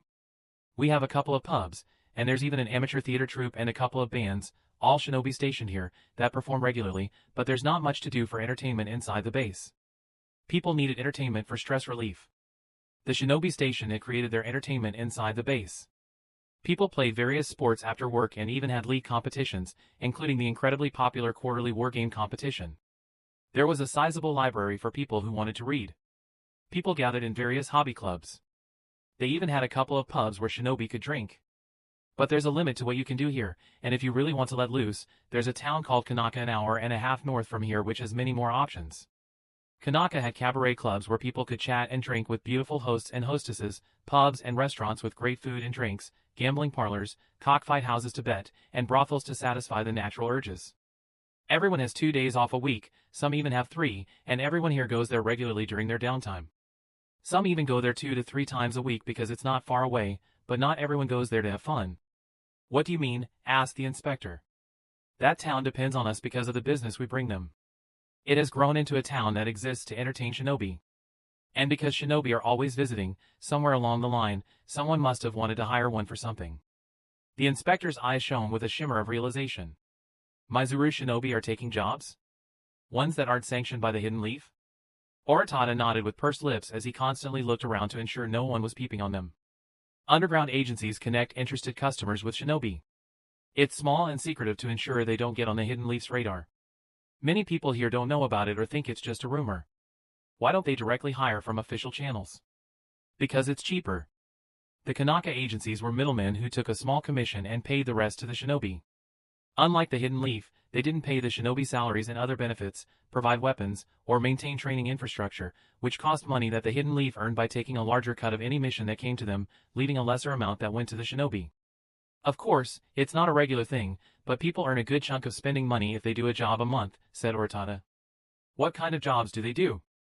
From what I have heard, it's all kinds of C-rank missions. So, people leave on Mizuru on their off days, do a job, and return as though they came back from a weekend out, said the inspector. People take an extra day off to have 3 days, have someone cover a shift so they could use another day if it's a longer mission, though that's rare. These agencies only take missions that don't require much time. Oratada didn't take such jobs because he didn't want to get into trouble. And many at Mizuru shared his opinion, but some didn't mind and took the risk, plenty enough for it to be a thing. Do you think the Jonin commander is aware of it? The inspector asked. He has to be. At least no one will believe if he claims he didn't know, said Oratada. He had only been at Mizuru for a year, but it was enough for him to know that Kumagoro ran a tight ship and was an involved leader who ensured that Mizuru was always at the top of its responsibilities, which was one of the reasons no one suspected them of anything. And he allows it? Oratada shrugged. I don't know. Maybe he has a deal where he gets a cut. Can't say why he has not shut it down. The inspector looked inquisitive as he stared at the floor briefly. He pushed himself off the wall and patted him on the shoulder. Thank you for sharing this with me, Jin and Oratada. Rest assured, no one will know that we talked about this today. I advise you to act like this conversation never happened, lest you get into trouble. Straight-faced. Takuma sat on the chair in his room, facing his shadow clone resting on the bed. He could have dissolved the clone and gained the memories, but he wanted to discuss ideas back and forth. It turned out to be larger than we thought, said the clone. He shook his leg resting on the other knee as he stared at the ceiling. Here's what I think. The third squad were some of the shinobi who took side jobs from Konoha, and somewhere along the line, they evolved from taking small C-rank missions to assassinations, said Takuma. So they hide themselves among the rest. From everyone else's perspective, they're doing little jobs like others, but in truth, they're conducting assassinations. The clone hummed with narrowed eyes. But what about the leaves we saw in the administration records? If we believe what Oratada said, they shouldn't take that many leaves. That just means that it's bigger than the third squad. The division head is probably involved as well. In what capacity? Unclear. He could just be covering for them for a cut of their earnings or be their handler who arranges jobs. We won't know until we talk with the guy. What about the Jonin commander? Asked the clone. We don't know, Takuma sighed. I think he knows, but it's not really our problem. It's not like I can go in there and ask him if he knows. He had the authority to arrest Kumagoro and bring him in for an investigation, but the other party was a Jonin, a pillar of the Hidden Leaf. He would get in trouble if he tried to arrest him. Even Campbell, an ANBU squad leader, couldn't arrest a Jonin without higher-up permission. Whatever, we have enough to send a report back home, the clone yawned. You tired? Takuma nodded. Since coming to Mizuru, he had only been training 1 hour a day, a third of his usual, but he was more tired because he hadn't been able to sleep properly. Yeah, I just need this to be over so I can relax and sleep well. Let's contact home first thing tomorrow. Alright, best of luck, the clone said before bursting into smoke. Takuma closed his eyes with a soft groan as a day's worth of memories entered his mind with the chakra. He moved to the bed and sorted through the memories as he lay down and stared at the ceiling. The case had grown bigger than he had first anticipated. It was serious enough that someone was running off-the-books hit jobs, but now there was a whole illegal job market inside one of Leaf's biggest military installations. He wondered how the squad would react when they got the word. They probably would come here, he mumbled to himself, which he wanted because he had reached the limit of what he could do without either revealing what he was investigating or relying on his authority as an ANB Unin. He stared at the light switch across the room for a minute before pulling the sheet over his head. Straight-faced. Kumagoro toured Mizuru regularly to assess if everything was running smoothly. He liked to talk to the people on the ground floor to hear what they wanted to say because managers hid things to hide their incompetence, so it was often beneficial to lend an ear to the people who actually did the work. He took care of them, they took care of him. It was so easy, yet people in his position looked down on people working under them like fools. He had long learned that a little kindness went a long way. Jin and Rumi. How is your training progressing? I hope my advice helped you, he spoke to a kunoichi he saw every other week. I didn't train, sir, so I don't know. I'm seeing someone new, so I'm busy with that, said Rumi with a smile. She was one of the people who didn't stiffen up and spoke politely to him because of his position. And that helped because she was open enough to share gossip with him which wouldn't otherwise reach his ears. I hope it goes well, he replied with a smile. I will let you know how it goes.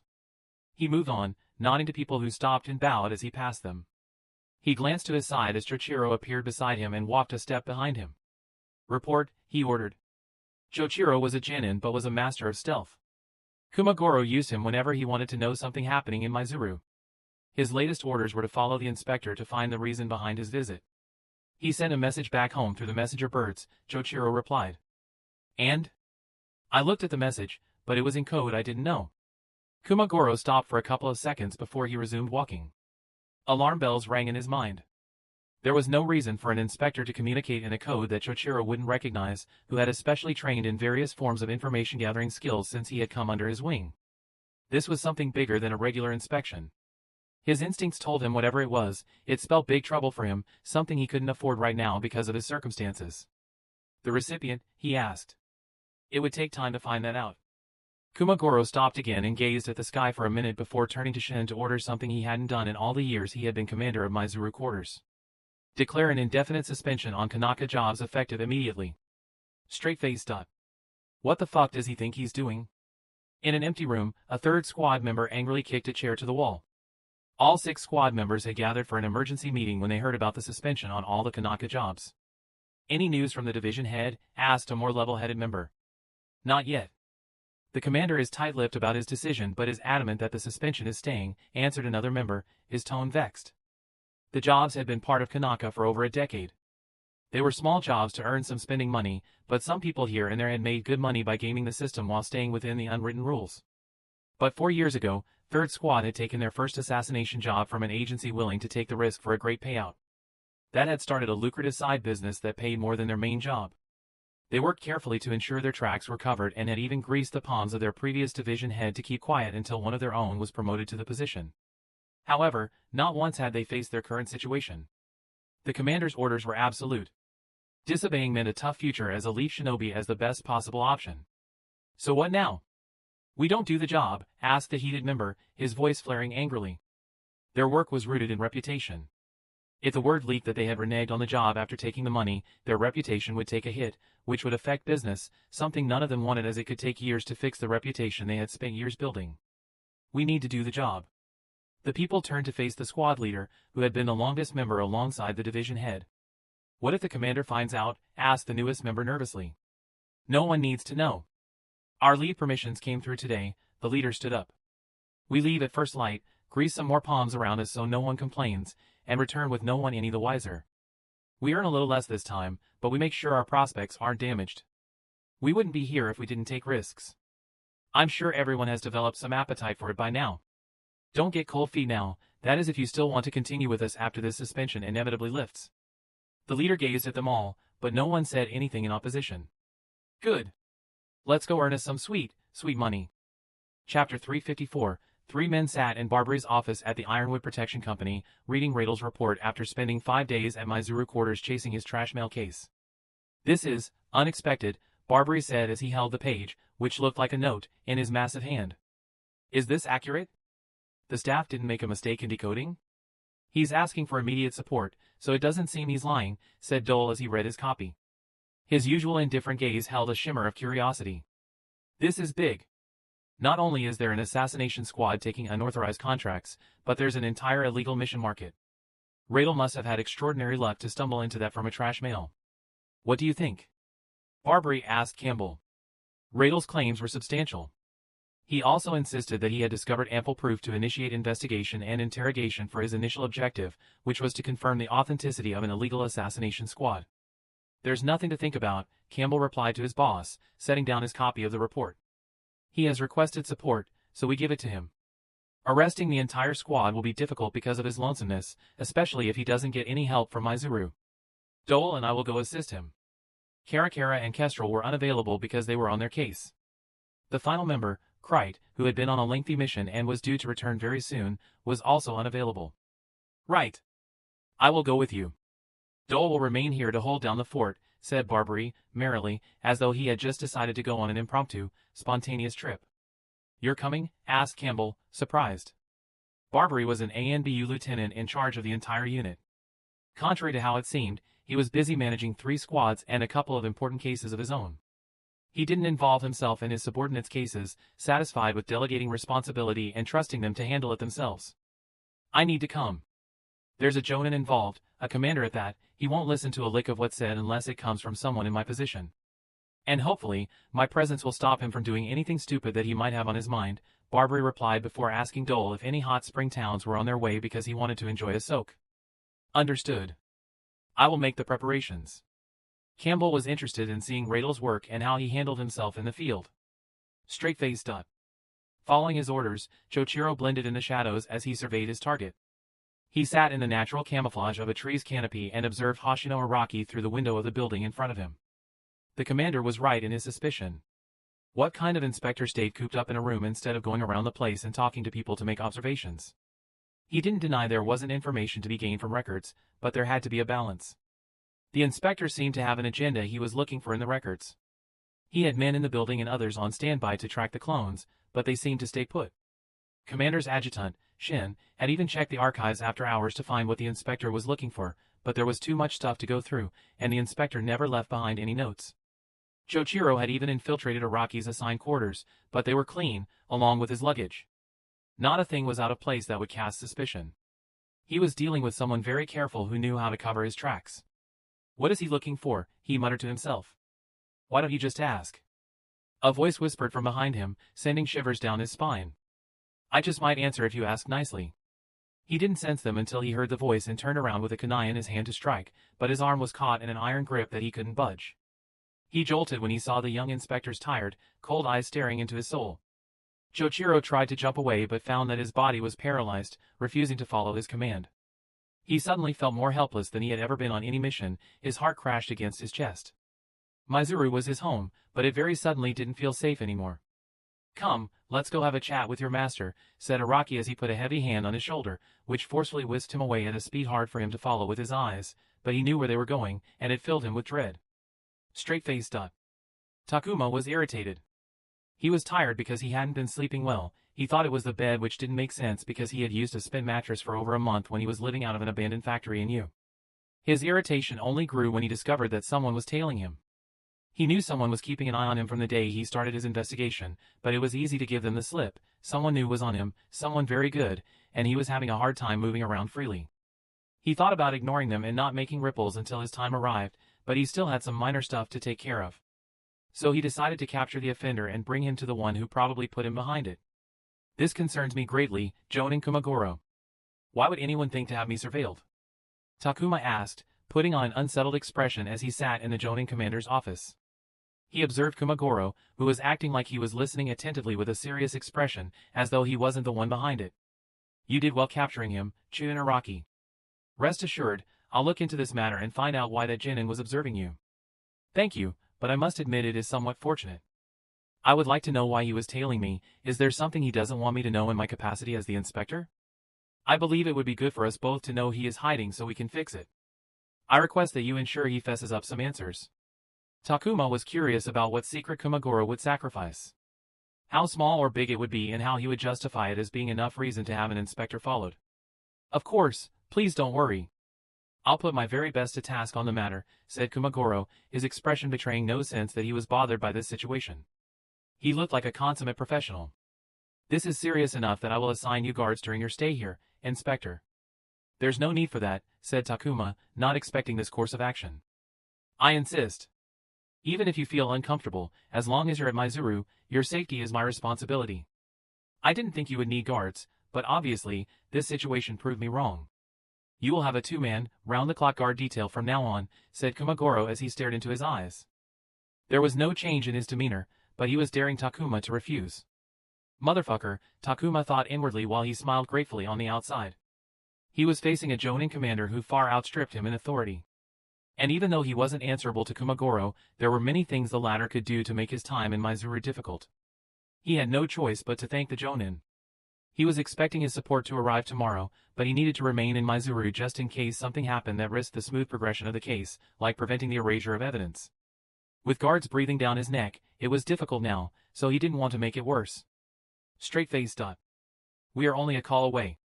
Don't hesitate to call us, said one of the guards assigned to Takuma as he reached his quarters. Yes, thank you, he said before heading inside and engaging the door latch for some privacy.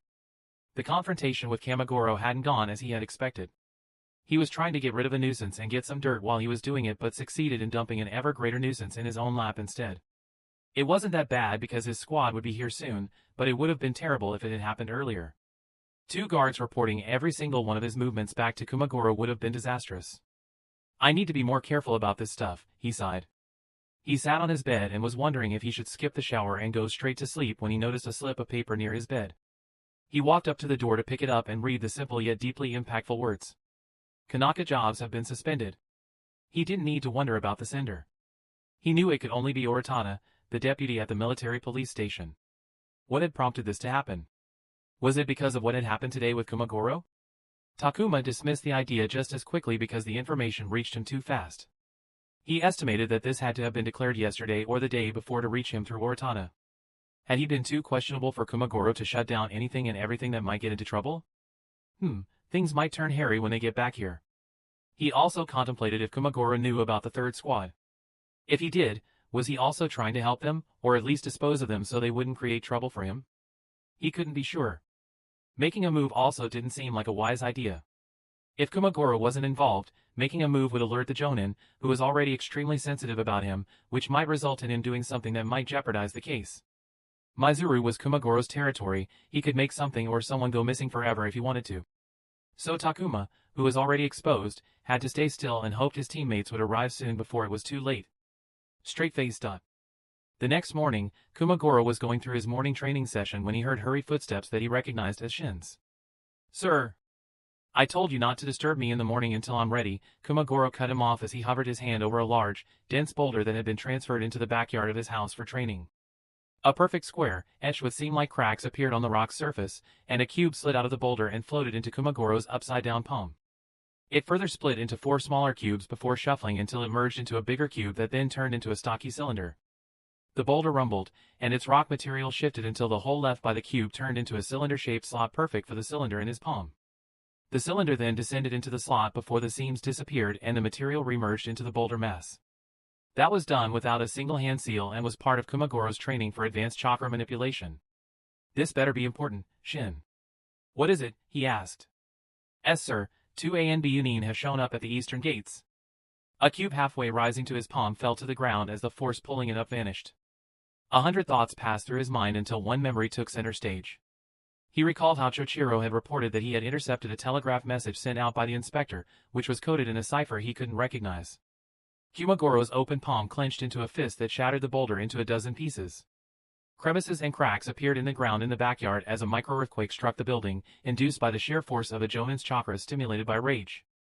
That fucking inspector. Chapter 355, 2 ANB Unin sat around an outdoor table in a beautiful, serene guest courtyard usually reserved for only the most important visitors. The refreshments and confectionery set for them on the table were untouched, and the tea had long grown cold. It'll be an hour and a few minutes, said Campbell as he glanced at the 3 shinobi sitting in the corridor there to serve them with anything they needed but, in truth, were stationed there to keep an eye on them. Should we go see what's taking so long? No need. It's just a power play, Barbary replied as he leisurely read a paperback. Jonin Kumagoro will arrive when he feels he has demonstrated that he has more important things at hand and won't drop everything just because ANBU showed up at his door. Onokuma Kumagoro was a Jonin commander in charge of one of the biggest Leaf military installations. His rank and position allowed him to keep ANB Unin like them waiting, especially when he knew they didn't bring good news. Only another Jonin could have made someone like him move against his will, and neither Campbell nor Barbary were Jonin, which wouldn't have mattered as ANBU operatives never revealed their general rank and only used their internal hierarchy when necessary. Campbell was a squad leader while Barbary was a lieutenant. They would have needed a captain, who was always a Jonin, to make Kumagoro move. But that didn't mean they didn't have a sway. Sooner or later, Kumagoro would have to face them. "Call over Radel," said Barbary. He guessed that Takuma would want. Campbell raised his ANBU issue handheld radio. "Already did." Straight-faced. "Why is the inspector not here yet?" Kumagoro asked his adjutant, who felt like he was walking on pins. "I have sent word. He should be here soon, sir," Shin replied, nervously glancing at the door, wishing the inspector would come through in the next word. "I wanted him here yesterday." Kumagoro was a strict man who followed a strict schedule every day. He did everything from waking up in the morning to sleeping at night at the same time and disliked any deviations from schedule. Around now, he would have been at the office, ready to start work, but today, that schedule was disrupted, and he was still at home, which didn't bode well for anyone. There was a knock on the door, but it wasn't the inspector like they had hoped. The head of the Fist Division, who was summoned urgently a little after the news of the ANBU's arrival, stepped into the lounge. "You called for me?" asked the 1st Division head, a veteran Chunin and one of Kumagoro's closest confidants he had brought with him when he assumed control of Mizuru quarters. "Shin, you have a list of Kanaka agencies?" asked Kumagoro. "Yes, sir." He looked at the 1st Division head. "Take that list. Head to the town with 2 squads without uniforms and clean out those agencies.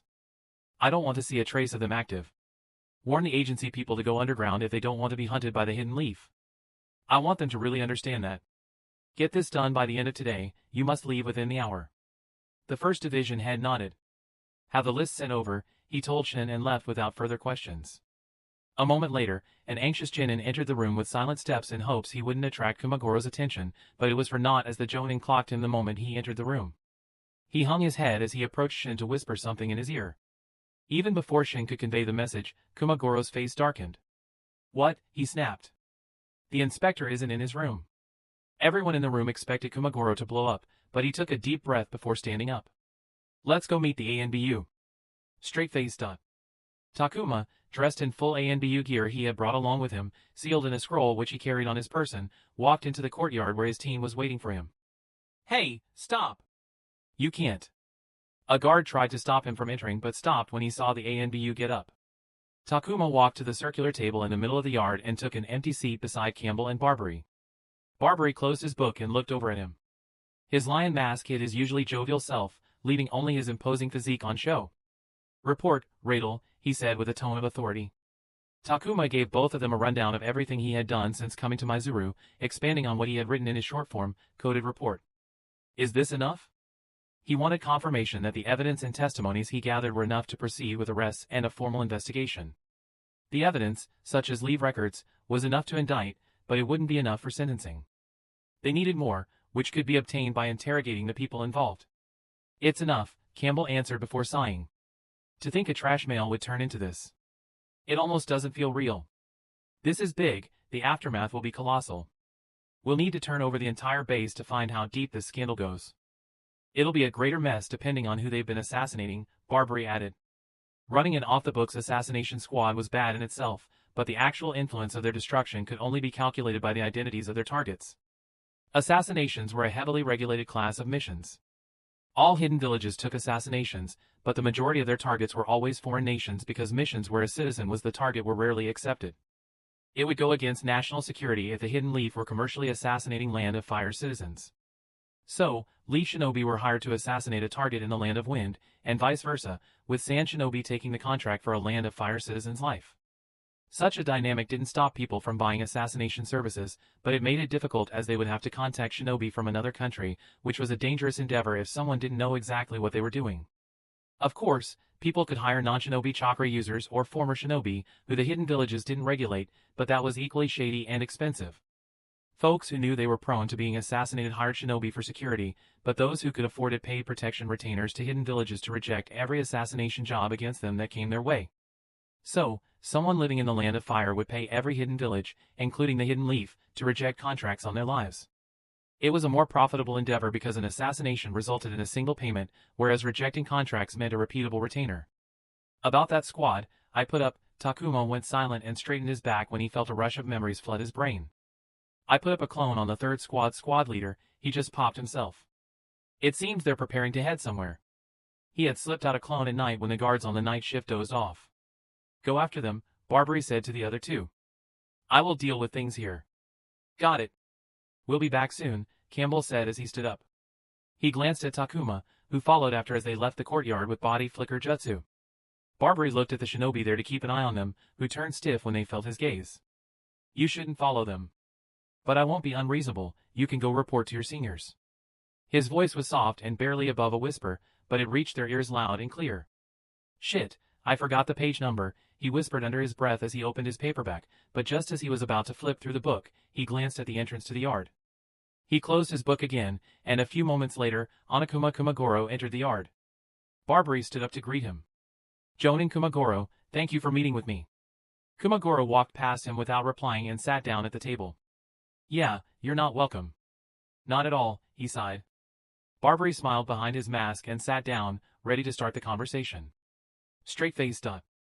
Asawa Fukoji was the leader of the third squad. He had joined when he was a Genin and was now its leader as a Chunin. He attributed a lot of his success to the squad. He was there when they had crossed the unspoken boundaries of Kanaka jobs and taken an assassination.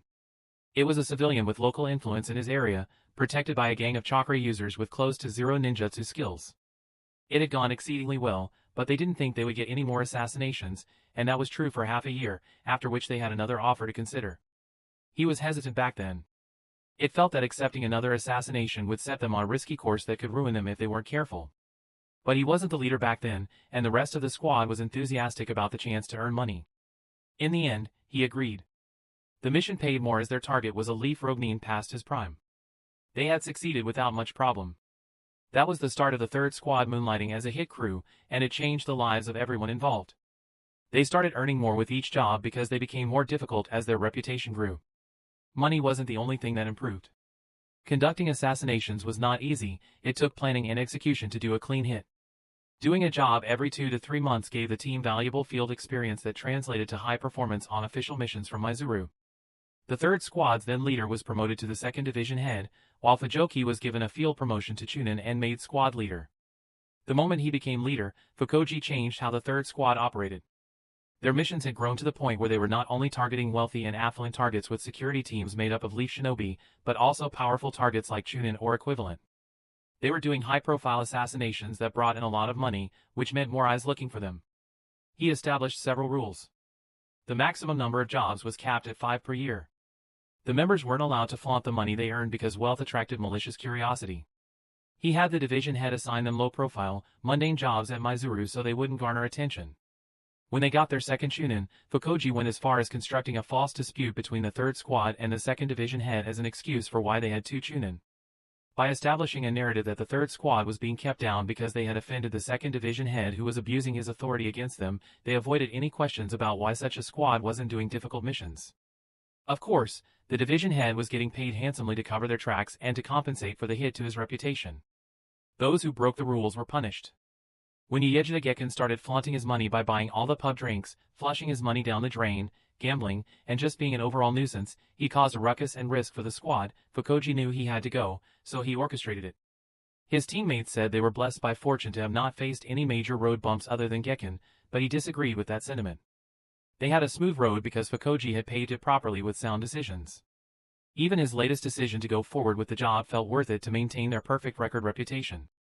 But as he stared at the 2 masked shinobi, one cloaked in white and the other in black, standing in their way, he felt that the risk had finally caught up to them. Chapter 356, Onokuma Kumagoro was a month away from completing 11 years as the Jonin commander of Mizuru quarters. He had been a Jonin for 14 years, promoted just before the Great Five had waged the Third Shinobi World War. His contributions to the war had catapulted him to his current position. Mizuru was a mess when he arrived. The previous leadership had been inefficient, slow, and unreliable. Open complaints from the border stations and fortifications, which were never addressed, filled an entire room. No one seemed to care if the work was done properly. It was so bad that he felt as though he was being set up as the scapegoat and wished he would rather play with death on the battlefield. However, the commander's position was important for the clan. The clan head had been the first Jonin in their history, which brought prosperity and boosted their status from an insignificant clan to one backed by a Jonin. Kumagoro knew how lucky he was. He got opportunities and resources unavailable to his parents and their generation. So he worked hard. He grew stronger, took on dangerous missions, and contributed to the clan and village. He volunteered to be on the front lines against his clan's wishes, who wanted to protect their newly promoted Jonin. When a clan produced one jonin, the clan was considered fortunate to have such a talent born in their house. But when they produced a second, and that too in the next generation, the perception changed from lucky to a clan capable of producing jonin. Kumagoro's jonin rank promotion had brought about that change. If the Onokuma were based elsewhere in the Land of Fire, they would have been seen as royalty, but they were situated in a hidden leaf village. Compared to the great clans, they seemed utterly lackluster. If they wanted to cement their position and carve out real influence, they needed to produce more talent consistently. He overhauled the base and its operations until it was a well-oiled machine. It took him 3 years to make the Mizuru of old into a dream and 2 more years to make it one of the best bases in the Land of Fire. But that came with its cost and sacrifices he had to make. "What do you have to say about the assassination squad running under your roof?" asked the ANB Yunin, double his size, wearing a lion mask. "What?" Kumagoro frowned. "The off-the-books assassination squad here in Mizuru that takes unauthorized contracts." "Yeah, like I just said, what the fuck are you on about?" The ANB Yunin was momentarily still and silent. His eyes stared at him through the mask, observing him as though considering his response. "I find it hard to believe that you don't know about something so serious happening in your base, Jonin Kumagoro," replied the ANB Yunin with a flat tone that was neither skeptical nor blaming. "Are you also going to refuse knowledge about the illegal mission market you have running in the town over?" Someone was running an assassination squad under the cover of Konoha jobs. Kumagoro maintained his composure. He couldn't be sure if the ANB Yunin was telling the truth or if this was some ploy aiming for something else. "That's a serious accusation. Do you have proof?" he asked. "Your assassination squad is out on a mission right now. My people will bring them in shortly, then, we will have all the proof we need." He was wondering where the other ANB Yunin and the inspector were, and now he knew. "If it's true, I'd also like to ask some pressing questions." Internally, he felt all his effort and everything he had built crumbled around him. Even though he had been running Mizuru for 8 years, Konoha jobs hadn't been his creation. It had been present since before he took control, a result of the negligence of previous leadership. By the time he had arrived, it had entrenched its place among the shinobi stationed at the base. The relationship between Mizuru and Konoha was complex. Due to its entertainment establishments, the town had always seen high shinobi traffic from the base. Somewhere along the line, someone from the town asked a visiting shinobi if they could do a job for them. The shinobi accepted. Why would the shinobi accept knowing that it was illegal? The answer was the desire for money. Unlike most shinobi stationed around cities or big towns, those stationed at military bases weren't allowed to take commercial jobs. They were paid a fixed salary but couldn't earn commission for missions. Even though they were paid a higher fixed salary to compensate, they had less earning potential than their peers. Thus, Konoha jobs soon became popular and grew when someone recognized the gap in the market and filled it by starting the agencies, turning it into an organized industry. But monetary greed was only the lesser half of the motivation. Soon after Kumagoro became Mizuru's Jonin commander, he banned Konoha jobs. He had plans to fix Mizuru, and he couldn't attain them if his shinobi were taking illegal jobs. However, he soon realized how bad the problem was. The reaction was widely unpopular. Many of his division heads and advisors, even those who actually couldn't benefit from the jobs because they were too low-level for Chunin like them, subtly tried to advise him to reinstate the practice. He had not only reprimanded them but warned everyone that ignoring his ban would result in harsh punishments. Although morale was low, he ignored it, thinking they would get over it. That was until someone got caught. He kept to his promise and dealt with punishment. Back then, he was glad someone broke the rules because he could use the opportunity to set an example. The voices of dissatisfaction subsided. Thinking that the problem was behind him, Kumagoro overhauled how things were down at Mizuru to turn into an efficient operation, only to find that none of his initiatives gained traction and adoption was in the mud. He had created too much change. People didn't like change. They were unhappy that he shuttered Konoha jobs and made it worse by changing how they knew things were done. He was so angry that he wanted to uproot the town as punishment. If they wouldn't listen nicely, he could rule by fear. But his advisors again gave counsel. They weren't subtle this time. They warned him that if he took Konoha away, he wouldn't accomplish any of his goals. The shinobi of Mizuru stayed away from their families, only being able to see them once a year for 10 days or so while they spent the rest of their time switching between the base and the border. Konoha allowed the shinobi to blow off some steam and stay refreshed. It filled a void left by not being able to be near friends and family. When he calmed down, he realized he didn't want to command his troops by fear. It wasn't his style. In his experience, keeping people happy resulted in better results in the long term, and he knew that he was in there for the long haul. But the damage had been done. Even if he rolled back his initiatives to then release them gradually, the people now knew his plans and were bound to be resistant at each and every step, slowing the process to a crawl, and that wasn't something he couldn't accept. He was under a lot of pressure. There was a new Hokage on the throne, and he wanted to use Mizuru to catch the young leader's eye and get the Onokuma clan in his good graces. His plans for Mizuru had to succeed no matter what. He needed to give the Mizuru shinobi something to show goodwill and lift the negative opinion. Lift the ban on the Kanaka jobs, he'd said. He told himself that it was only temporary and that once his plans were in motion and he had more control over and trust of his men, he would also fix this problem. But that time never came, and that wasn't due to his lack of trying. He tried to raise the salaries of the shinobi at Mizuru so they wouldn't require Kanaka jobs, but the administration back home rejected the idea because he was already spending a lot of money fixing the base, and the Hidden Leaf hadn't recovered from the Third Shinobi World War. He approached the problem from another angle. He tried to get them extra vacations, a month every year to visit home, but his suggestions and plans were deemed too complex and would require a lot of work to build around. He wasn't explicitly turned down, but his proposal was cast into bureaucratic hell. Then, the fourth Hokage, the man who was supposed to lead them into a new era, died. Things were too chaotic for him to propose anything, so he waited for things to calm down and focus on improving Mizuru. His next attempt at a solution was to build a new town near Mizuru, which would house the families of shinobi working at the base. Mizuru's reputation had risen to the point that the third Hokage personally visited him at the base to commend him for his efforts, so he thought he would surely get approval. His plans were once again rejected and deemed too expensive as Hidden Leaf was still recovering from the Nine Tails attack. Ironically, the very next year, his budget was tripled, and he was ordered to expand the base in preparation to gain more responsibility, but his plan to bring his people closer to their families wasn't part of the funding. He got busy with the daunting task of expanding the base. Although it was stressful work, he handled it well and was handsomely rewarded for it. His rising reputation and accomplishments benefited the Onokuma clan, which was what he wanted in the first place. However, he still considered the Kanaka jobs, which had also grown as Mizuru expanded, a black spot on his legacy. By then, he knew he was bound to become the Onokuma clan head. He wanted it gone before he returned home. It seemed his wishes weren't in the stars because just as he was about to submit his best proposal to date, which would not only see raised salaries and better vacations, but also included a future plan for a new residential town, Shimura Danzo fucked him over by committing bloodline theft and deserting the Hidden Leaf with his route at the worst time possible, which turned his proposal low priority. The situation worsened as the Steamfrost War got intense, and money was directed towards that border. Despite all of that, Kumagoro knew his proposal would be approved this time. But he wouldn't get complete credit because he would have left Mizuru by then, and the spotlight would be on the new Jonin commander. He resigned himself to that future and told himself that, just as credit would go to his successor, the Kanaka problem would also become his. But as he sat opposite the ANB Yunin, he knew that the future didn't exist anymore. He was a Jonin, so he knew that he would be protected. He would still be the next Onokuma clan head, but his political career would be crippled. If he was young, he could have recovered by earning more accomplishments on the battlefield, but the clan wouldn't allow their leader to be anywhere near danger unless necessary.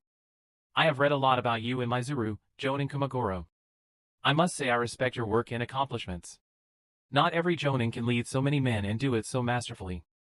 The Hidden Leaf is lucky to have you as one of our leaders, said the ANB Yunin. The words were filled with praise, but they sounded like backhanded insults to his ears. Oh yeah? You admire me? Of course. Then why don't you and your lackeys fuck off and leave me to handle my business, Kumagoro spat harshly. He had the urge to make the ANB Yunin and that damned inspector from the face of the earth, and nothing would give him more pleasure, but he knew that would do him no good. Well, that's not impossible, said the ANB Yunin. Kumagoro looked up at the masked shinobi, wide-eyed, astonished. What did you say? You have contributed a lot to the Hidden Leaf, Jonin Kumagoro. It doesn't seem fair that one mistake derails and taints all that good. There's a chance we can remedy this. Would you be perchance interested? What are you trying to say? Out with it, clearly, Kumagoro said, heated. His heart was beating as though someone had thrown a rope at him as he was drowning in the ocean.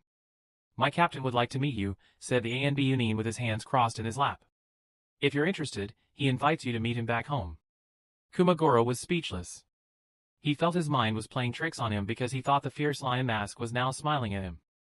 Chapter 357. Two parties faced each other on a trade route lined with woods on either side. A warm breeze flowed from between the trees, working to distribute the heat from the sun's rays hanging above. It was a clear day, but the mood between the two parties couldn't be cloudier. It'd be wise if you returned to Mizuru, gentlemen, said the black-cloaked ANB Yunin in a badger mask, his voice distorted by chakra. Asawa Fukoji, the third squad's leader, raised his fist to silence his teammates before they opened their mouths to get them in trouble. Though the other party hadn't formally introduced themselves, their clothes implied that they were ANBU. They had to handle this unprecedented situation carefully. He stepped forward and introduced himself as the leader. You seem to have the wrong group. All of us are just going home. We have approved leaves. If that was true, half of you are traveling in the wrong direction. The ANB Union directly looked at the ones whose homes were in the opposite direction, rattling the group with his knowledge about their personal information. It's over, said the other ANB Union in the white cloak. We know about the illegal assassination. All of you are under arrest under the authority granted to ANBU. Fukoji didn't have eyes in the back of his head, so he couldn't see how his teammates reacted, but he kept his face straight even though his heart was thumping hard at the words. They had been caught. If there was any chance before, the explicit call-out sealed their deal. Pardon? I don't. The badger-faced ANB Union cut him off. How about we drop the act and set things straight? You are to return to Mizuru now.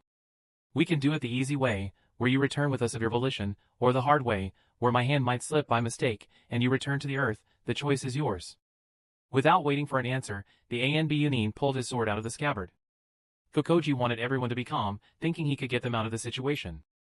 However, tension spiked when team members backed away a few steps while others drew their weapons in response. Even though he didn't want to admit it, he instinctively knew that the time for conversation was past them. I surrender, yelled one of them, much to the shock of the others, and unstrapped his utility belt that fell to the floor before raising his hands. Fukoji's words died in his mouth when he heard the deceleration. There are only two. We can take them, said Yazuman, the other Chunin on the team. He was quick to anger and already had veins popping on his bald head. We have to take a chance, said Shokoto, a long-haired, effeminate guy. He was a genin who could become a Chunin in a couple of years. They had been on the third squad with him since their first job. He cherished them like brothers and would lay his life down for them as they would do for him. They would follow his decisions regardless of what they were. The third squad had 6 members in total, including Fukoji. They had 2 Chunin and 4 genin, one of whom had already surrendered. Are you sure we should fight? They are ANBU, said the genin who had only been with them for a year. ANBU had a reputation for being the best of the best, so the team couldn't discount the duo just because they outnumbered them. We have no choice, said Fukoji, much to his displeasure. We all know what'll happen if we return knowing that Jonin Kumagoro knows about us. Unauthorized assassinations were serious crimes for Leaf Shinobi, and given how many they had done and the identities of some of their targets, death would be their only fate. They could escape and go into hiding if they killed the ANB Union. They would have to live a life of wanted roguenin for the rest of their lives or leave the land of fire altogether, but that was a better outcome than death. You always have a choice. If you fight here now, you'll only make it worse for you later, said the dear ANBU calmly as he gazed at the surrendered traitor. Follow your comrade's example and surrender. He's the wisest of you all. Fukoji took a moment to make a decision.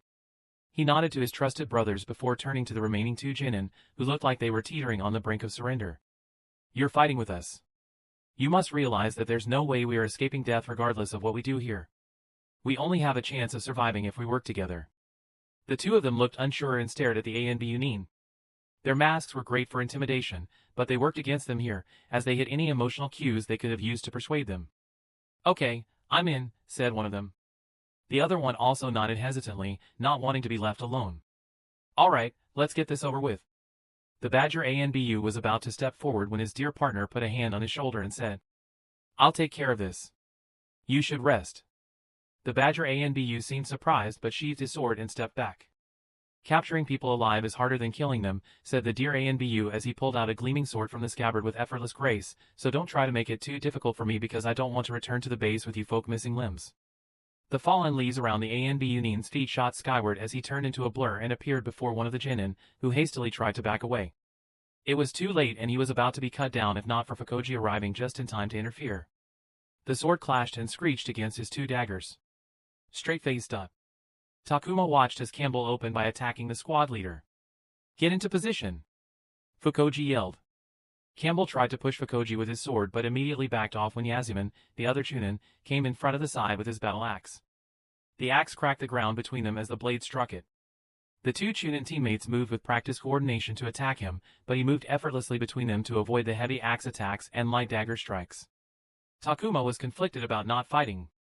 On the one hand, he had no qualms about staying out because he didn't think his Kenjutsu teacher didn't trust him to pull his weight and genuinely wanted him to rest, but on the other hand, real combat was rare to come by. He didn't know if it was because he had come up fighting in the ring, but he had self-observed that he developed much faster while under threat because it pressured him to improve or shed blood. He wanted to hone his sword against the Genin. However, there were still things to learn from watching a Kenjutsu expert in live combat. Campbell faced the nimble Fukoji, who laid a barrage of quick and calculated dagger strikes blocked by the expert showcase of blocking with the sword and efficient footwork to evade those he couldn't block. The axe-wielding Chunin rushed in and chopped down with a mighty roar. He kicked Fukoji away before taking the axe against his sword blade. A resonating hum echoed as the weapons clashed. The axe strike was heavy. Campbell had to support the blade with his other hand as his feet slid back a couple of inches. Not to be outdone, Campbell grunted as he shoved Yasumin back off balance a few steps before turning around to launch a quick swing to keep the approaching Fukoji away before leaning his torso away to avoid a pair of kunai thrown by a Genin. He snatched one of them out of the air and threw it at the recovering Yasumin, raised his axe to block, sending sparks off. "Beautiful," Takuma exclaimed. Campbell picked up that the two Chunin were used to fighting alongside each other. As Fukoji occupied him with a dagger dance, Yasumin tried to strike him down with his axe. He pushed Fukoji away first, knowing that if he turned to block the axe, he would be torn up by the daggers in a coordinated attack. Catching the kunai showed phenomenal situational awareness, and throwing it at Yasumin to keep him off balance was quick combat intelligence. Takuma didn't know how many 2v1 ring fights he had gone through before he started to develop a similar sense. Campbell didn't let the opportunity go to waste as he rushed toward Yasumin, but one of the Genin slid into his way to cover for his teammate. While the Genin stabbed at him with a kunai, Campbell slid down on his knees, took out a kunai and sliced the Genin's shin to the bone as he slid past him, where he got up, impaled the kunai into his dominant shoulder, and slashed his oblique muscles with his sword before punching him in the nape to knock him out. The Genin would have been long dead if the goal hadn't been to capture them alive. However, the Genin did manage to achieve his objective, and Yasumin had the time to recover, but instead of facing Campbell, the big man leapt away. "Look out!" Takuma yelled.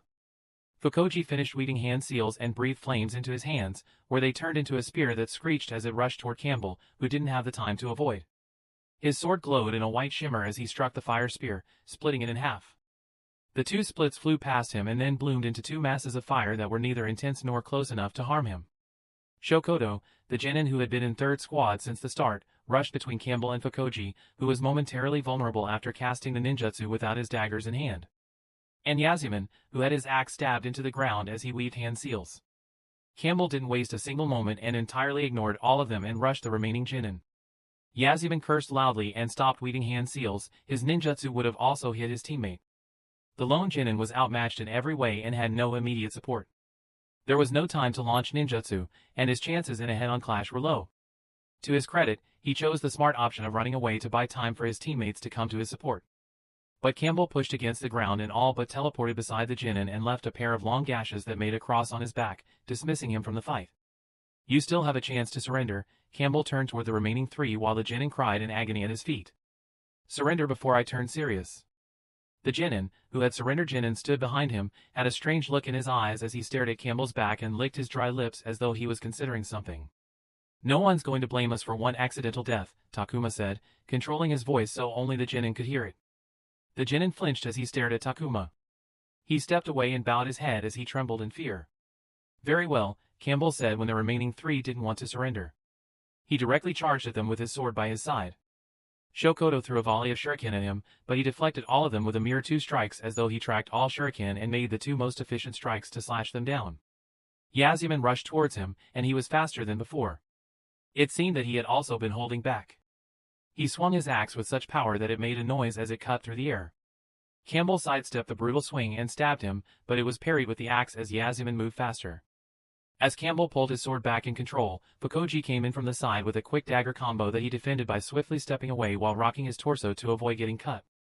He then ducked as Shokoto appeared behind him to grab him.